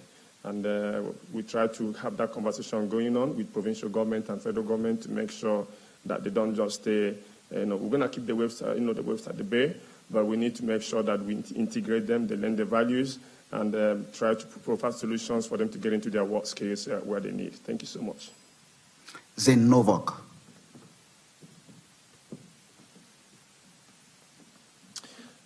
We have been missing so many success stories in Calgary. So many of our immigrants have come here, and because of the boundaries, the roadblocks and obstacles they haven't been able to pursue their careers. We need to work with the provincial and federal governments to make sure that we advocate for recognition of academic standing. We need to put together a program where people can do an accelerated program of only a few months where they can once again become the engineers that they studied for, whether it's electricians, engineers, doctors, nurses, lawyers, whatever it is. We have not taken the lead in helping these individuals use their academic background to find their success stories here, and we've lost out on so much privilege. We have to enhance the programs we have in welcoming our immigrant community here with things such as transportation, language as a second, English as a second language. Thank you. John Damery.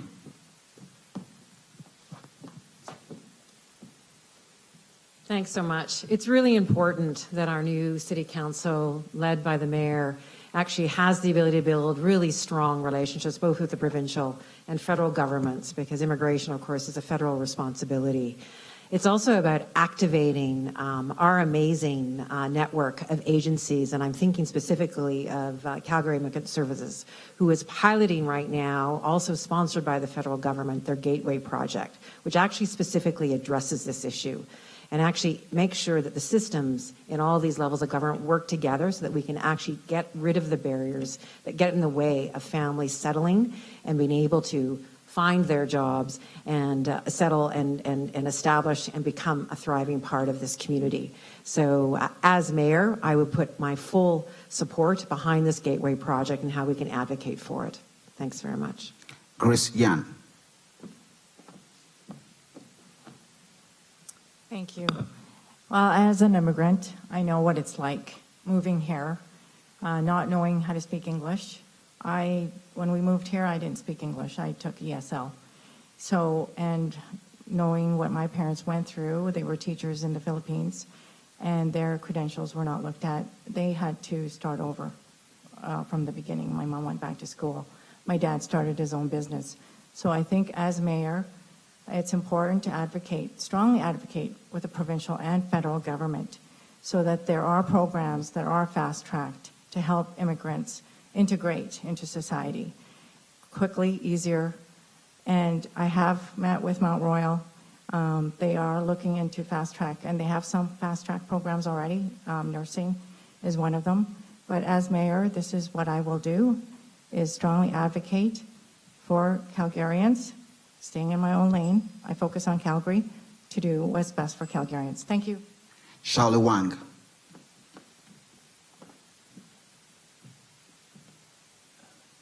New immigrants are the most vulnerable in the job market, and they rely heavily on the general well-being of the city and the people.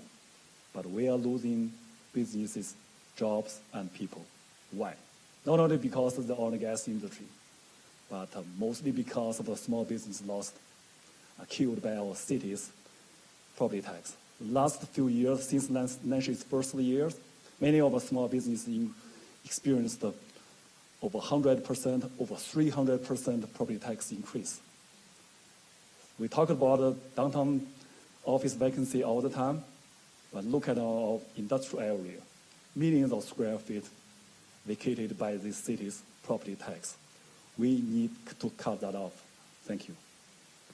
Jeff Davison. Yeah, thanks. I mean, the word opportunity is actually synonymous with Calgary, and I think it's about opportunity for everyone and creating more jobs. Immigration is actually going to be key to our economic strategy. If we think about Calgary and the growth cycle we're on with technology, before Calgary knows it, in the next 10 to 15 years, we'll be a city of upwards of 2 million people. we've got to start thinking how immigration plays into that and thinking about how we work with the federal government to fast track those credentials. Because right now there's 2,000 open tech jobs here in Calgary. And so what we're doing as a city to continue to fund incubation systems that allow us to take new immigrants and put them into some of these technology jobs and start them off in good career paths.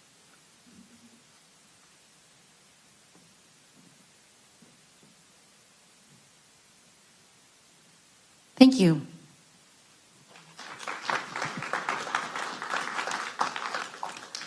All right, we are moving on to our next category, which is diversity and inclusion. So accessibility advocates have long spoken about the barriers faced by Calgarians with mobility challenges in the city, especially during the winter due to the snowdrifts caused by snow plowing or the lack of it. During the pandemic, the creation of temporary patios in the summer has created a new maze of accessibility challenges for this same population. With the city demonstrating the fast and innovative thinking is possible to solve novel problems, what innovative ideas do you have for the issue to ensure those who experience accessibility challenges are included? And our first speaker is Grace Yan. Thank you. Yes, I think we need to create, as mayor, to create a safe, efficient transportation for everybody. And I know walking down 17th Ave in the patios, I think the city's doing a great job. I've seen lots of ramps there that would be accessible for mobile challenged people. And I know that there's systems in place that, all washrooms are big enough so that wheelchairs can get around a whole 360. So I think, the city is doing a great job of that, and I'm happy that they're actually paying attention and aware that this is important to have all Calgarians being mobile. Thank you. Zane Novak. Snow removal and the lack of it in Calgary is a serious issue. We have gone literally weeks with no snow removal. We've had bus lines that haven't run for days and days on major routes. If you have any mobility issues, you're not able to access transportation for any of your basic needs. I would propose and put forward a proposal where we would close the bike lanes from November 1st to April 1st, where they're very small use, low usage, and cleaning them repeatedly also damages them. They have to be resurfaced in spring. That costs money. I would take those funds and put them into snow removal, especially in our communities where we've never seen snow removal, communities with cul-de-sacs, etc., where we as residents deserve those services. So it's not an extra burden, it's actually a redeployment of funds. On 17th Ave, I love the patios out there, but we have failed with access ramps. If you're in a wheelchair, most of those you could never use. I have a vision for 17th Ave and other areas where we would actually slope the sidewalks. Shaoli Wang.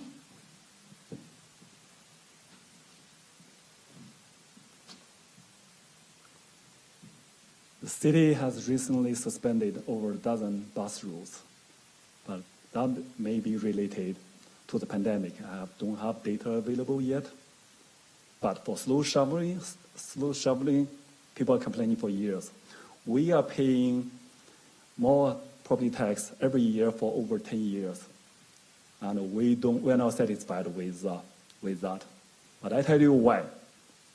Compared with 2003, between 2011 and 2019, the city overcharged us above inflation and population property tax accumulated $4.6 billion.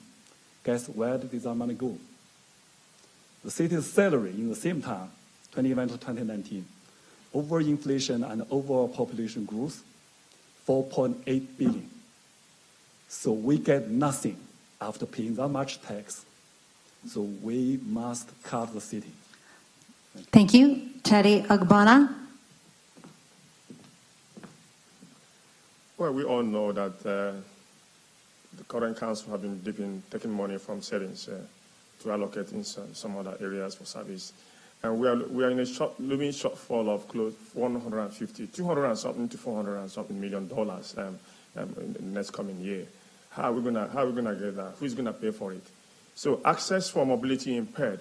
I do strongly believe that the city could, integrate this into the municipal development plan for businesses and homeowners, not on taxpayers' burden, so that we could have. There are some buildings around. I used to be a security in this downtown core. There are some buildings I worked there that didn't have access for mobility impaired. They can't come into the building. Some buildings. So if real estate investment trust firms are putting millions or billions of dollars developing structures, we should as well have ramps. Businesses should have ramps. To get these folks, it's a moral obligation. Snow clearing is there on my platform. Inner city snow clearing, sidewalks. That's it. Thank you so much. Dean Hopkins. I've lived all over the world, and I love pedestrian areas where it's access to people only. Shop owners, when they're restocking the shops, then vehicles can go down there. But I look at areas like 17th, Kensington, Inglewood, and think it'd be awesome to have these pedestrianised, where we could have small shops, street markets, winter markets. Also, buskers can go and entertain the people of our city free of charge. We need more pedestrian areas which are accessible to our seniors, and also make sure that things are barrier-free. They need external washrooms, and this can only be done on modern pedestrianised areas. Thank you. Jeff Davison. Yeah, thanks. I mean, this is about opportunity and accessibility for everyone, and I think we need to think about how we design for accessibility first and how we incorporate the advisory committee on accessibility to ensure that we get it right from the start, but that we also ensure that policy gets executed within all of our municipal properties and services. I've actually taken the steps now to create an accessibility audit on all of our city services as the chair of transportation and transit for the city. I'm also the vice chair of the business advisory committee, and we recognize that we didn't get it right when we put a lot of these extended patios in place, and we worked quickly and nimbly to fix those problems. With respect to snow plowing, I've actually completed a reorganization within the city so that we will clear those streets differently. No longer will we have parks dealing with some paths and roads dealing with others. Now we just have the mobility unit, which will be fully funded and ensure that Calgarians can get around, because we know that creating an accessible and walkable community to all matters. But by context, just remember it's $13.6 million every time we pick up the snow. Jan Damery. Yeah, I don't think it's innovative to talk to people and to with people who actually do have ability challenges, and clearly that wasn't done when we actually designed these temporary structures in terms of moving people around with outdoor seating areas for restaurants. And so we've got to start there, and that we're actually, temporary does not have to be unsafe, unstable, and ugly, by the way. So this is about really listening to the people and making sure that we're starting to prioritize walkability in this city over cars. We've not done that. That goes to also how we prioritize snow clearing. I'm a 58-year-old woman walking a 100-pound lab over winter this year. I mean, I could have broken my hip as I traversed actually all these snowbanks. And imagine if you have mobility challenges. So this is something I think we've got to come to terms with. And it's about, again, creating these vibrant streetscapes that connect us all and keep us moving. That's going to keep us healthy. It's also great for our mental health. Thanks very much. Thank you very much. We're going to the next category, housing and infrastructure development. The question is, effective, affordable, and growing public transit will be critical for Calgary's future prosperity. With the city of Calgary finally receiving the support it needs from the province to move the Green Line forward in its revised form, what is your position on the current plan for the Green Line, and what do you see as the next risk and or opportunity facing Calgary regarding effective transportation for the 21st century, and what will you do to address it? I'll start with Wang.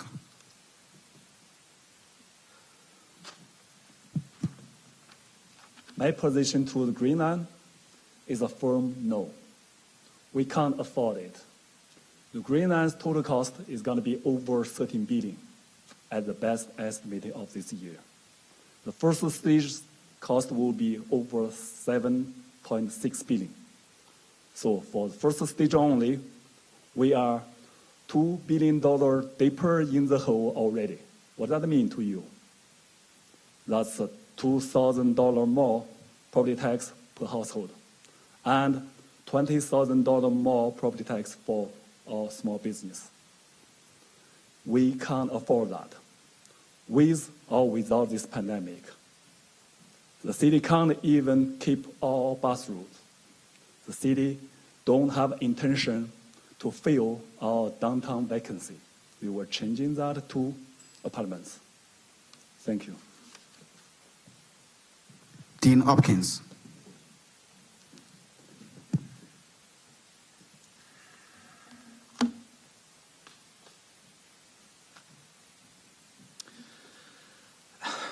The Green Line. The Green Line's going to happen. Whether it happens in the 4-year administration, should I be elected into office, that's another question. I won't put any more funds from our citizens into that project. People will have to build what they have with what they get. Moving on. There's a groundbreaking technology called hydrogen. It's been around for a long time. I want to bring hydrogen to our city, and I want our LRT to eventually be powered by electricity provided by a hydrogen turbine. For more information, go to my platform. Thank you. Teddy Ogbonna.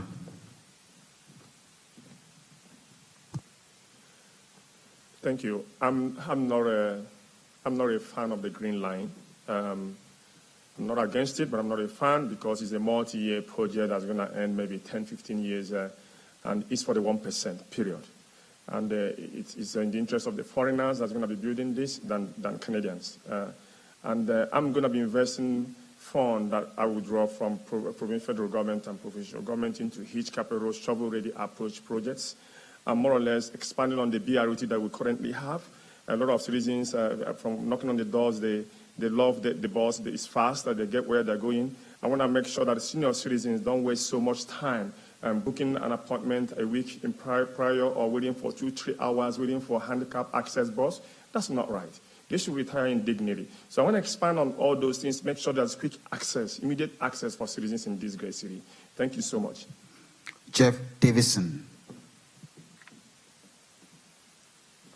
Yeah, first of all, I'm committed to ensuring we all have access to transportation, as it actually is access to opportunity. And I have a track record of supporting the Green Line and fully understand what we're undertaking. You know, there's lots of folks that will say, we can't afford this. And, you know, go tell that to a mother of 3 children who's trying to work downtown and still can't afford to drive downtown each and every day.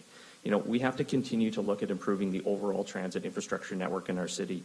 Calgary's a growing city. As I said earlier, we'll be a city of 2 million people before we know it. And we need to invest in a transit network. So Green Line is not just a piece of train. It's an arterial piece of an overall transit network that will continue to serve Calgarians for decades to come. John Damery. Thanks very much. I'm also pro Green Line and actually building it and also moving it north. So it actually is not a train to nowhere and actually connects those families that need to actually get to work and to generate incomes and to live a fulsome life. We've got to have transportation alternatives in our city as well that also keep our young youth here. They're looking for these alternatives, and it also is fundamental in how we manage our carbon footprint in this city, particularly as it grows. So this is about committing to building infrastructure smartly, making sure it's got options, and it's also generating income and economy on the routes of the way. And in addition, it is part of a continuous network that connects our communities. We are a city of 4 quadrants that is very hard to connect, and our public transportation system is a way to do that. Thanks very much. Lanre, can I just ask a point of process? I know we're coming up to 6 o'clock. I have other commitments, and I'm sure the candidates also do. So I'm just curious what the plan is to go forward. And how do we make sure we answer all the questions that people have? Okay, we're going to take energy, and after energy, we're going to allow the community panel to ask questions and a few questions from the audience and online, and that will be all. Okay. Yeah. All right. That should be done in about 30 minutes. Yeah. All right. Thank you. Thank you. Grace Yan. So yeah, the green line. It's a great topic, isn't it? I think we do need more effective and efficient transportation in the city. And we do need a green line, but it's important that we have it where people will use it. So right now, it's starting at Shepherd Industrial. So logically, I think it should start at the South Health Clinic Hospital, and then go to a central station that then branches off into other quadrants of the city. And we need an airport line as well. So it is crucial. We don't just need one line, we need more lines. And we need more effective and efficient transportation for all Calgarians and youth to get around safely around the city. Thank you. Virginia Stone.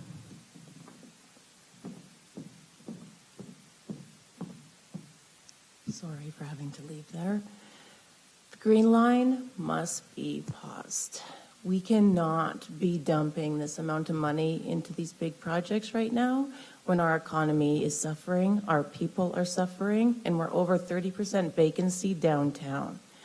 Therefore, we have to put a pause on it until we recover, until we can start filling up the vacancies downtown, until we can start getting new businesses and people back employed in this city. That is a priority. Secondly, we must address sustainable innovation. We must have sustainable energy.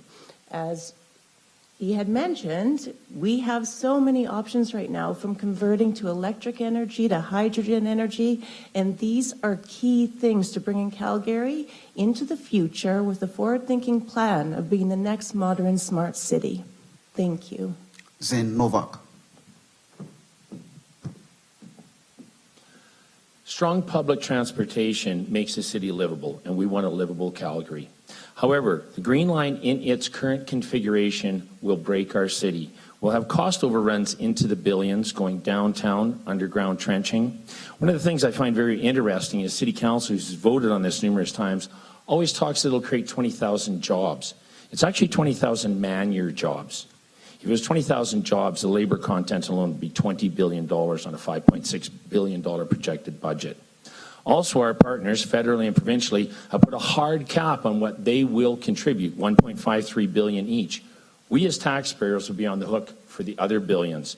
And that will compromise our ability to move other key projects forward, such as, why don't we have a train to the airport? 52,000 employees.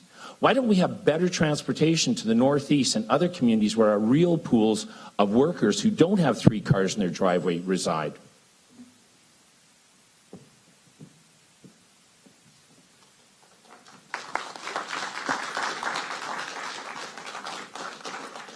All right, now for our last category before we move on to the community panel questions. So we're moving on to energy, finance, and economic development. Historically known for our oil and gas industry, meaningful economic diversification is necessary for the success of future generations. What role do you see the City of Calgary playing in diversifying the industries that call our city home? And what actions will you take to support this transition? We'll start with Jan Damery. Thanks very much. The city has a huge role to play, to be that lightning rod and shine the light on all the great things that are going. Our economy actually is diversifying. I'm an economist by background, and I think for me the reflection coming through COVID is how important our local economy and how we support it, and also how we're supporting the tech sector. I've actually been working in the tech sector, coaching startup CEOs, and we're not talking enough of what is happening horizontally in our economy, because agriculture, finance, biology, fintech, all are actually tech in addition to a vertical. I also come out of the energy sector. And so energy will be here as a foundation, but we also know it's not generating new jobs. This is why we have to have a holistic, systemic view on ensuring we're investing in our talent pipeline. That's why that tech university and really amping up our graduates is really critical, but also that we're really supporting these businesses. And the mayor has a huge role to play in this. Wang.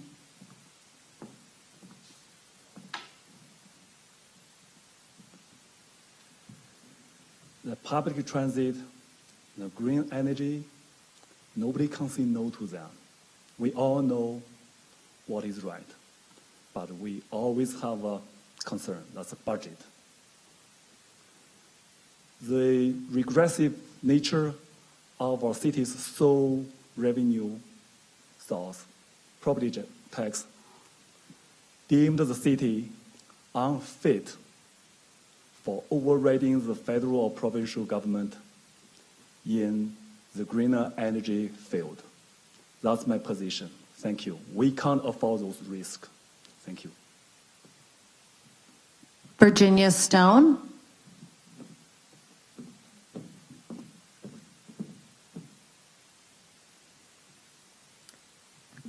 Oil and gas is absolutely necessary, but as we know, oil and gas cannot save us. At this point, we must modernize. We must move into the future. We must focus on sustainable innovation, tech. Ooh, just froze there for a second. Sustainable innovation in tech. And we absolutely must focus on greening our city. That's green rooftops. That's greening 17th Avenue. That's installing community gardens. It's focusing on the industries that are going to modernize our city so that we can encourage more people to come here. We are a no-fly zone. Nobody wants to invest in us, and this must stop. We must bring money back into our city. Thank you. Dean Hopkins.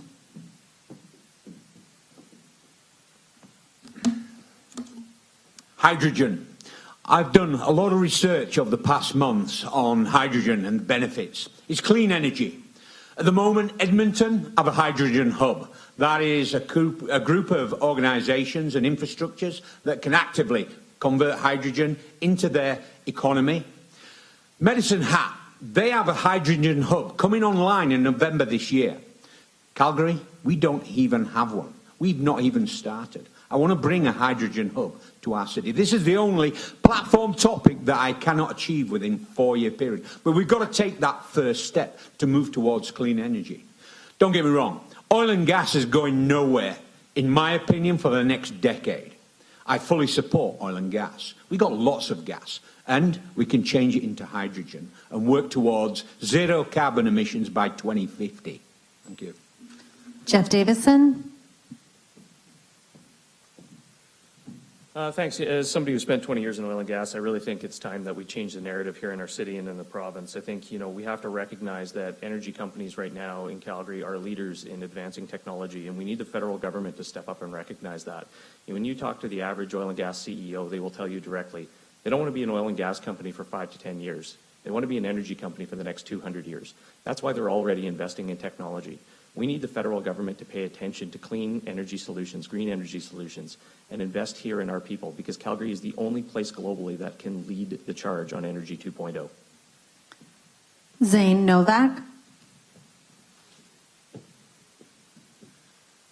Oil and gas has paid the bills in Calgary for 50 years, and they will continue to be a significant part of our future for decades to come. However, there are other things that we need now to do as leaders of our city to move us forward. My platform includes agricultural technologies, financial technologies, clean and green tech.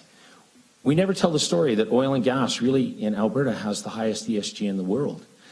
We need to showcase that, how that works with green technologies, solar, hydrogen, wind, and market that to the world and change the narrative. And we can do that with the new BMO Centre that we just spent $500 million on building. We should partner, split costs if necessary with industry to showcase and bring those trade shows here and show them what an amazing city we have with amazing employees, vacant spaces in the most modernized downtown of any city in the world to fill those vacant spaces.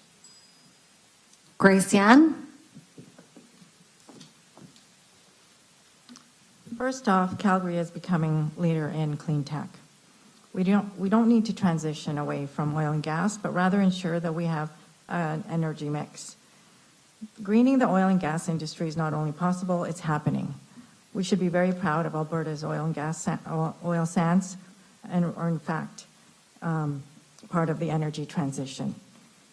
We need to be open to innovation.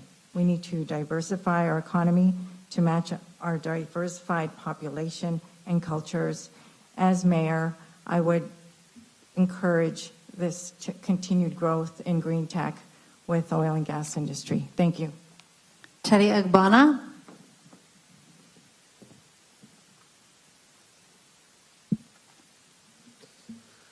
The extractive industries, in this case oil and gas, I work in the oil and gas myself.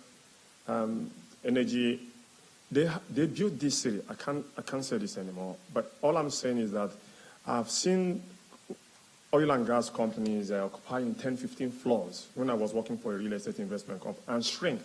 And not just because of the pandemic, it's because of high taxes. Our taxes are way through the roof. I've talked to so many CEOs. They moved away from this province because of how much they're paying in taxes and assets up north. It's a huge conversation I'm going to have as the next mayor with the provincial government. I believe the provincial government is taking a whole lot, 30-something% from us. So oil and gas is here to stay. Transitioning is a conversation we're going to have from there, and they are doing it. Atco, Sonko, most of them are doing some stuff in different provinces. I want them to do those things they are doing out there over here. They need to stay here. We can't do without them anyways. For 6 months, we are going through winter. Thank you so much. Round of applause for candidate. Okay, so we're actually after 6, but I want to apologize for taking extra time to quickly get questions from our community panel. I'm so sorry for the time, but this is for the good of our city.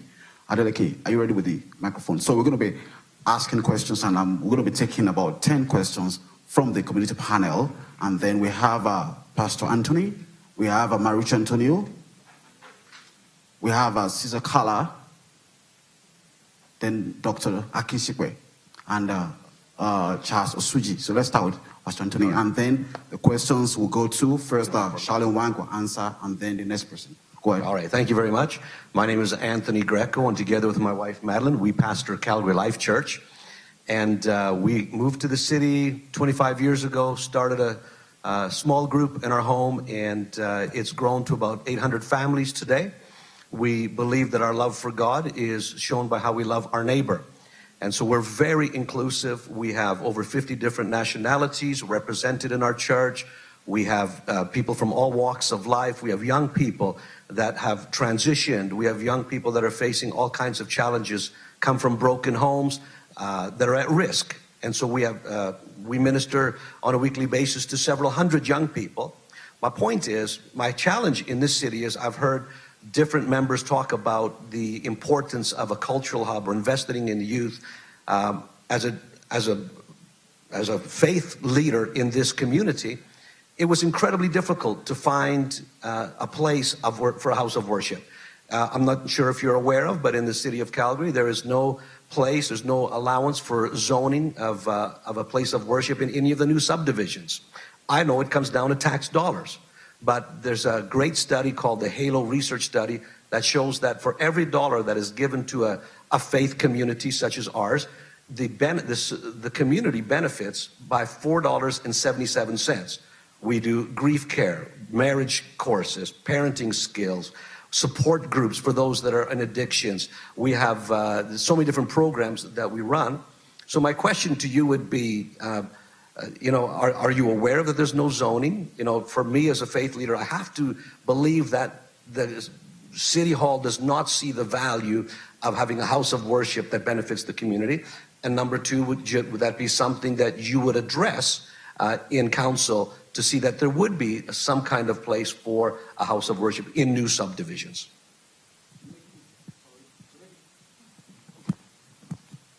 Yeah, thank you for your question. I'm from a place in China, the Western China, with 2/3 of Muslim people. I know people worship a lot more than me. And I noticed in UFC yesterday, a few young students worship in a corner just next to washrooms. You know what? I feel really saddened. It shouldn't be that way. I never seen that happen in my home province, in China. There should be a lot more, comfortable place than that just the corner in the corridor, just next to the washrooms, 2-3 guys. And then a few more come, feels like they can't go there at the same time. That doesn't make me feel comfortable. I believe there's a lot we can do. Thank you. Dean Hopkins.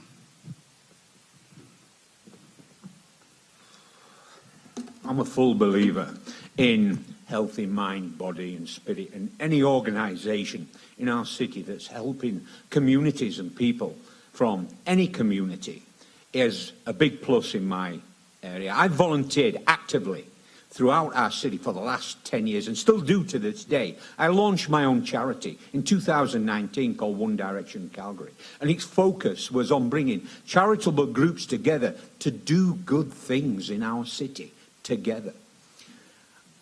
People who know me, if I promise somebody something, I'll keep that promise. And if I say I'm going to do something, then I'll do something about it. I was unaware of the zoning issue, but I'll tell you now, should I be elected into office, I will do something about that. Thank you. Virginia Stone.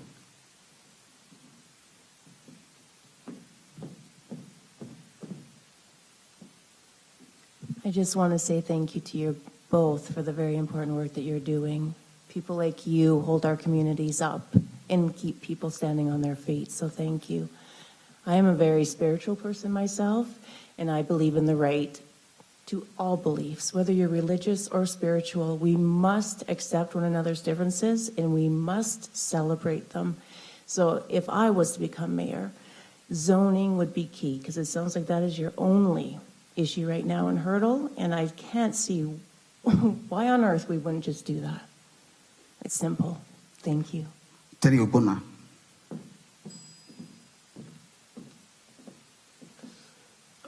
Thank you so much for that story, shared.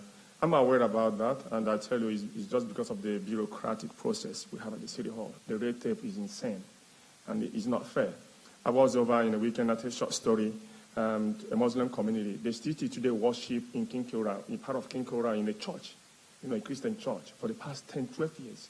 And they have not gotten the zoning they need to build their mosque. The funding is there. It is quite unfair, and as the next mayor come October 18, 2021, is on Call on My platform. We're going to speak about this, have conversations, bring in faith leaders. I want to have a chat with you people and community leaders about this zoning. It is not equitable, it's not fair. We need to figure this out and address it. What is right, what is wrong. I think the bureaucratic process and red tape should be cut out. Thank you so much. Jeff Davison. Yeah, thanks, and thanks for being here. It's not so much about land use, but it's about working with developers to bring the land use when it comes to council so that these things are pre-prescribed. And what it does highlight is that there's significant need for changing the way we do community consultation so that when the private developers are bringing plans before City Council, we're actually working with the community to develop those assets and pre-prescribe where they would go into certain developments, because certain developments we can't always say, place it here, place it there. It's very hard to do. But it does show us that if we work better with the community, we can build that infrastructure into place so that when it is approved at Council, it's ready to hit the ground running.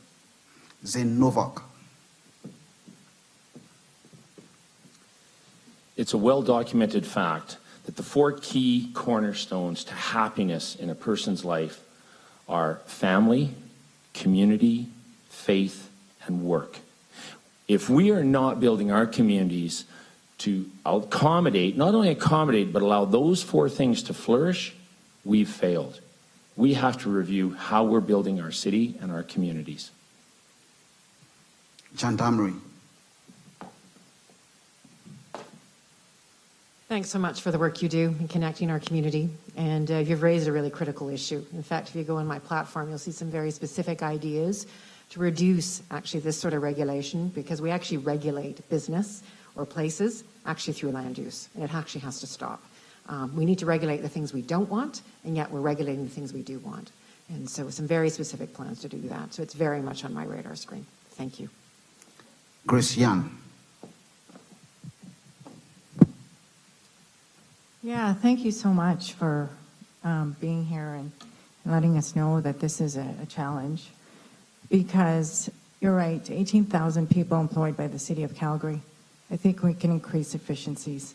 and processes, cut the red tape, cut the barriers. And as mayor, that would be my first 100 days to address that.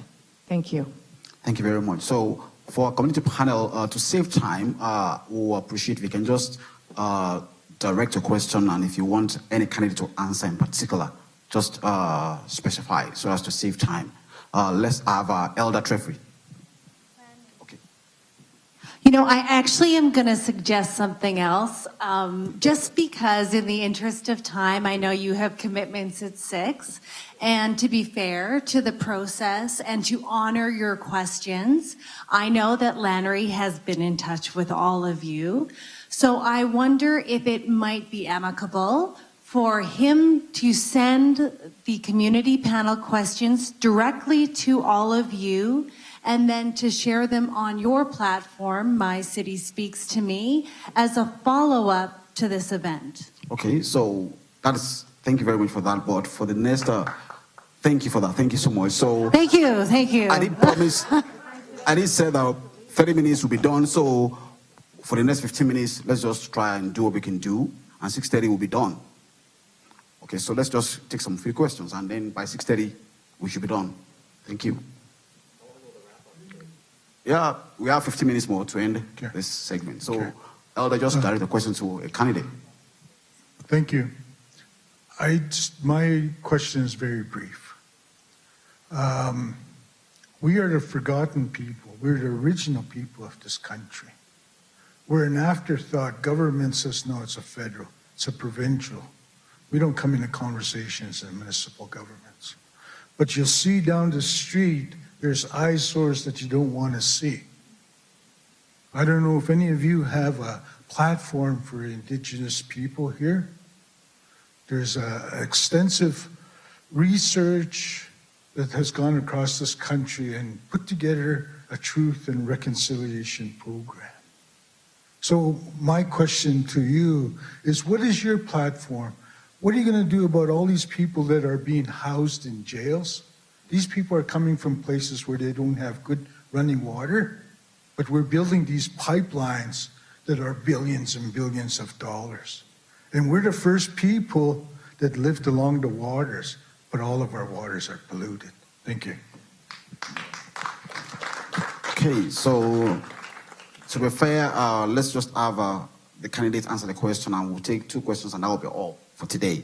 So starting with Zane Novak. Thank you very much. That is probably one of the most important questions we have in Canada right now. I was raised in a little town of Cutknife, Saskatchewan, and there were about 6 First Nations within an hour's drive of me. And you mentioned in your opening speech about the Sundance celebration, I believe it was. I was very privileged to attend that on the Blood Reserve just a couple of weeks ago. We need to really engage and build trust. And I think that it starts with trust, and it starts with dialogue. We have failed in many ways, but to start with things like clean water, which really isn't a city mandate because we just have a boundary, but we do have the issues downtown and here. We need to make sure that there's a space at the table and a voice in the conversation to best figure out how to move those issues forward. And that doesn't start without trust. My goal is to build trust with our First Nations community. Jeff Davison. I can tell you that this has been top of mind for some time on City Council, and I'm for one committed to opening our Indigenous office, which hopefully maybe you can even be a part of, because I think we are committed in this campaign and as a city to truth and reconciliation. We're committed to actioning the White Goose Flying Report and continuing to find solutions so that we can start to look at using civic infrastructure to address some of the clean water solutions that we know some of our neighbors desperately need, and that we're having a hard time getting through to the federal government. That was a promise of the federal government for decades. It's been happening, and like many things, we need to step up and do better locally and provide those solutions in the absence of anybody else standing there to do it with us. Terry Ubuna. Well, I'm really glad that Jeff mentioned the Indigenous office proposing. I don't know why they have not done this in the past 10 years. So my goal is to have a sustained dialogue and with community leaders, First Nations, spiritual leaders to come together. Homelessness, addiction affects each and every one of us in the community. And the best practice is to bring you guys to the town hall. It is your town hall for us to speak our mind, have respectful conversations on this issue, begin to look at pathways to draw funding to provide the resources and make sure we completely minimize it, because there are chronic people on the street that don't want to get out. I've talked to a few of them. So I want to thank you for this. It's on my hardcore, my platform, from First Nations to every white settlers, to every immigrant, spiritual leaders, faith-based communities, groups, outreach, the DOPE team, all of them helping out. We've got to come together and have this conversation. It is the best practice to have recommendations from them, and we set up a commission from there and begin to look forward. Thank you. Dean Hopkins. I do actually have a platform topic on Indigenous relations, and I'd like to commend the present municipal government for doing some good work. Yes, they've done some good work, and I want to continue that momentum. We all come from three groups of people: Indigenous, refugees, or immigrants. There's one thing that binds us all together, and it's this city. Anyone who lives in this city, I will be working relentlessly to improve their quality of life, so that people in the communities, the people that I pass today on Olympic Plaza, will have an opportunity to live a good life. Grace Young.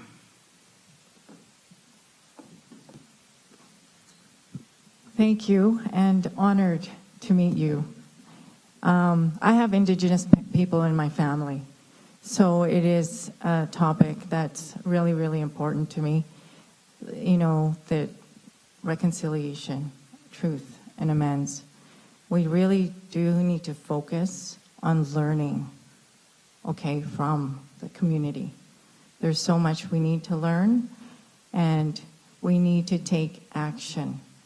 We can't keep talking about solutions. We need to take action. And for me, I think it would be important to engage with the Treaty 7 chiefs to understand what is necessary as mayor, as what I can do for the community. Thank you. Charlie Wang.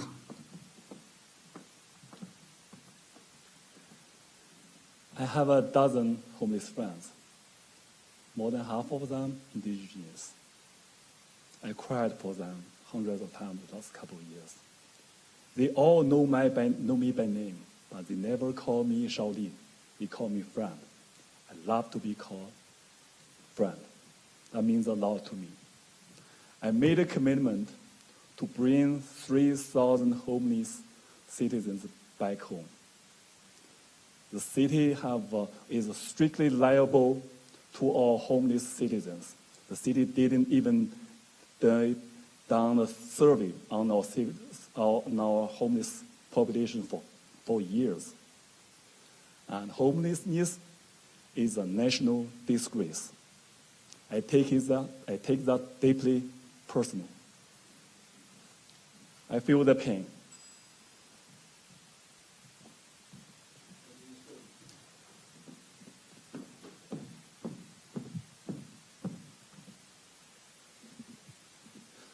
Good evening. I must say that you have been let down by the system, and this has been going on for decades. I not only know many in your community, I am incredibly close to many in your community. And for 20 years, I have been trying to understand how to fight for your community and how to make a difference.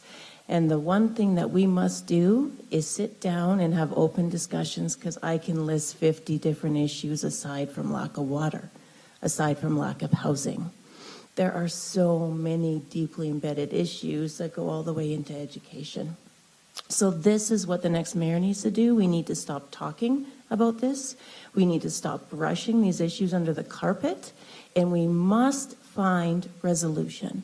We cannot just throw money at a problem and expect it to fix itself. We must understand what is required, and we must put in that work. Thank you. John Damery. Thanks so much for raising the issue, and the time for talk is done. It's time to act. And there's been a lot of extensive work and consultation with members of the Treaty 7 around the White Goose Flying Report. And as mayor, I'm committed to acting on it. I'm committed actually in doing that in concert with the community. This is about creating and celebrating this very sacred land for thousands of years that people have gathered. And we need to actually include everyone sort of in our recovery, which is a big piece of my platform. You'll see very specific ideas on that. Thank you. Charles Osuji, let's have your question. And then that'll be the last. We'll have the closing remarks, and then I'll get questions from the panel that I'm going to send to the candidates, and then we'll put it in the program. This question is for you, Teddy. You are a huge advocate for tax cuts, and as a business owner myself, that is a very attractive proposition. How would the city meet up with its legal, financial, civic obligations if the tax cuts are maintained as you've proposed? Thank you.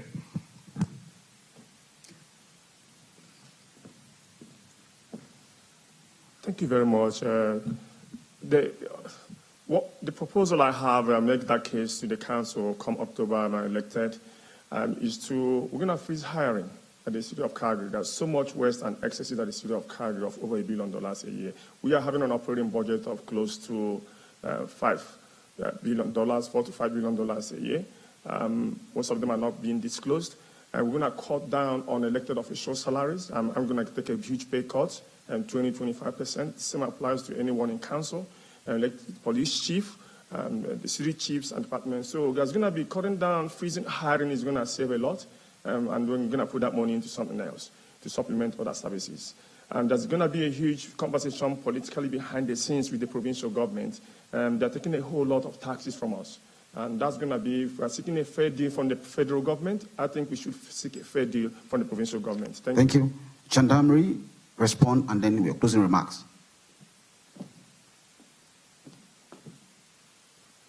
What was the question again? About tax court. About taxes, property taxes, the system? Yes. Yeah, and the disproportionate impact on businesses right now. Exactly how the city would meet up with these financial obligations in the face of the tax cuts. Yeah. So what we've got to do is actually look at reform. It's actually one of the reasons I'm committing to 2 terms as mayor, because we often renegotiate with the province in terms of how we actually set property taxes, and the fact that we're using a blunt instrument in terms of also to regulate businesses at a time when they actually need to be thriving. And so there's also an idea in my platform also about using a community revitalization levy to actually kickstart business downtown that actually can build value downtown, which then takes sort of the tax burden currently that is sitting on businesses. So those are some of the plans, and I'm also committing in the platform right now to freeze business taxes to give businesses the certainty so that they can recover. And those are the actions and the firm decisions we need to make. Thank you. Jeff Davison. Yeah. Answer, and then with your closing remark. Yeah. Answer with your closing remark. That would be great. Yeah. So answer the question with your closing remark. You get 1 minute for question and 1 minute for closing. No, we have to just put everything together quickly. So time. Yeah. I'm really grateful for this opportunity, and I'm committing, actually Lizzie is here with me. Can we get all the questions? Because we'd really like to respond. It's really important to have this open dialogue that you can actually see where we all stand and get a sense of who we are as citizens. I started my opening remarks, how important, and I think in crisis there is always opportunity for change. And I'm really inviting your support and joining me in building back better this city. Many of you may not know, I have a 24-year-old stepson that left this city. And it's about making sure we've got opportunity for our youth and our kids, and so that they want to be here and we have a thriving city that they can thrive in. Jeff Davison. Love that bell. Well, taxation is incredibly cumbersome, and it's every election it takes up a ton of the conversation. Really what we need to do is work towards lowering our business tax rate. We've made a property tax shift happen. Now we need to look at being more competitive when it does come to business taxes, which more aligns to places like Edmonton. We'll continue to move that shift, but we can't put that on the backs of residents. That's where budgeting comes in and finding efficiencies. And I've been proud to have found over $90 million of efficiencies in the last city budget. We'll continue to do that going forward because efficiency shouldn't be something you talk about every 4 years. And then we will continue to harp on the province to give us full and meaningful change to the assessment system, which is often the root cause of all taxation problems. So we're committed to those things. I'll move on to my closing now, dinger lady. So, I mean, first of all, I think thank you for being here. You know, we've all chosen Calgary, and now we need to work together to create the city that keeps our children and our grandchildren here, and not because they need to be. Did you do that on purpose? Continue quickly. That was a minute? Thank you. Grace Yan. Grace Yan. Okay, taxes. Yes, we need to cut taxes. We need business taxes that will work for businesses, as the ratios currently aren't working.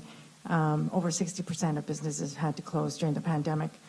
So we do need to lower the taxes and give tax incentives as well.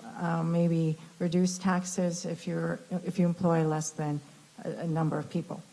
And I will do my closing remark now because it seems like it's combined. So thank you, everybody, so much for being here and being part of this platform and caring about the community, caring about Calgary, which we all love and we want to see thrive and be vibrant again. And all I'm hearing from Calgarians, talking to them, is change. And we need change. And that means a fresh voice, fresh vision. Thank you. So thank you. Virginia Stone. Yes, yes.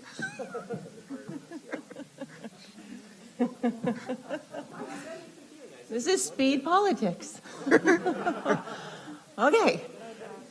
We must break down the budget, we must rebuild it, and we must reprioritize. And we absolutely must lower business taxes, not freeze them, lower them, incentivize new businesses to come to our city. That is all I have to say about that. And I must implore everybody watching this to please, please vote. Our votership is painfully low, and you can make the change that this city needs. The power is in your hands, not ours right now. It's in your hands for you to choose that next leader that's going to build and create a positive future for all life on Earth, for everybody. This is a very important time, a critical time, so thank you. Zen Novak. Every election we hear the same stories. We hear reduce taxes, reduce regulation. It is crucial, it is important, and I have 3 ways that we want to implement to do that. Number 1, we have to find efficiencies, City Hall, City Administration, City Services. I plan to introduce gain share, managed competition, and biannual review of all major projects. We need transparency. We need team leads to stand up in front of City Council, Calgarians, and explain, are they on time, are they on budget, and if not, why not? Find the efficiencies internally. We've heard from City Hall that we're supposedly such an efficiently cost-effective run city. If you do the math, that's actually not true. In conclusion, I want to thank everybody for coming here. I always say, as Virginia said, get out and vote. But I think it's more important to get informed and get out and vote. So I thank everybody here and everybody watching because you're taking part of that process of being informed. Thank you. Your vote's important. Charlie Wang.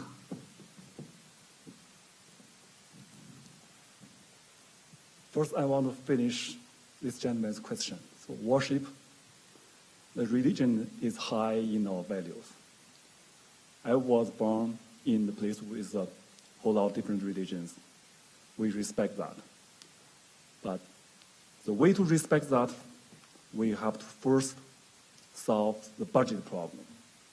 So now, turning back to the tax. I tell you again, we feel the property tax hike for many years. Business was hurt even badly. How much? From the 2003 level, between 2011 and 2019, the city overtaxed our people, overinflation and population, accumulated 4.6 billion. But at the same time, city overpaid their staff 4.8 billion. Thank you. That's 2 minutes? 1 minute. It's 1 minute. Combine. Thank you. Dean Hopkins.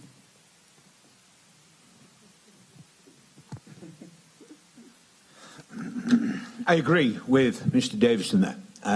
Business taxes. Our business sector has taken a smashing since COVID. I'll be advising administration and the council at budget, should I be elected, that we lower the taxes in the business sector by 10%. Hold it there for 2 years before they see any increase. I want to change the way we do our budget to an on-demand budget system. Those who don't know, check out my website. Any questions later, come and see me. I'll tell you all about it. There's 2 times in our lives that make a difference. One is the day we're born. The other day is when we find out why we were born. Everybody here has a purpose. My purpose for the next 4 years is to improve the life of Calgarians and just give them a chance, an opportunity to have a good life. I intend to try and do that by changing the financial focus of our city to people, community, then our city. Thank you very much, and to our audience, thank you so much for your time today. We're so sorry we took extra time, but it's worth it. Thank you so much. I want to appreciate Creative Calgary, Ethnic Festival Association, The Touch Media Limited, Action Dignity, Immigrant Council for Arts Innovation, Birds Creative, Multi-Photography, Co-Create, Wild Foods, and We Do Graphics, and as well, Bevin Media Group. Thank you to our community panel. We're going to send an email to you to send your questions, and we're going to get the questions to the candidates, and then we're going to send it to you, to the candidates. Thank you so much for your time. We appreciate what you're doing. And to Calgarians, October 18 is a must. Let's get out and get involved with the information we have, and let's go vote. Thank you very much. Have a wonderful evening. You can shake hands, and then this is the end. Thank you.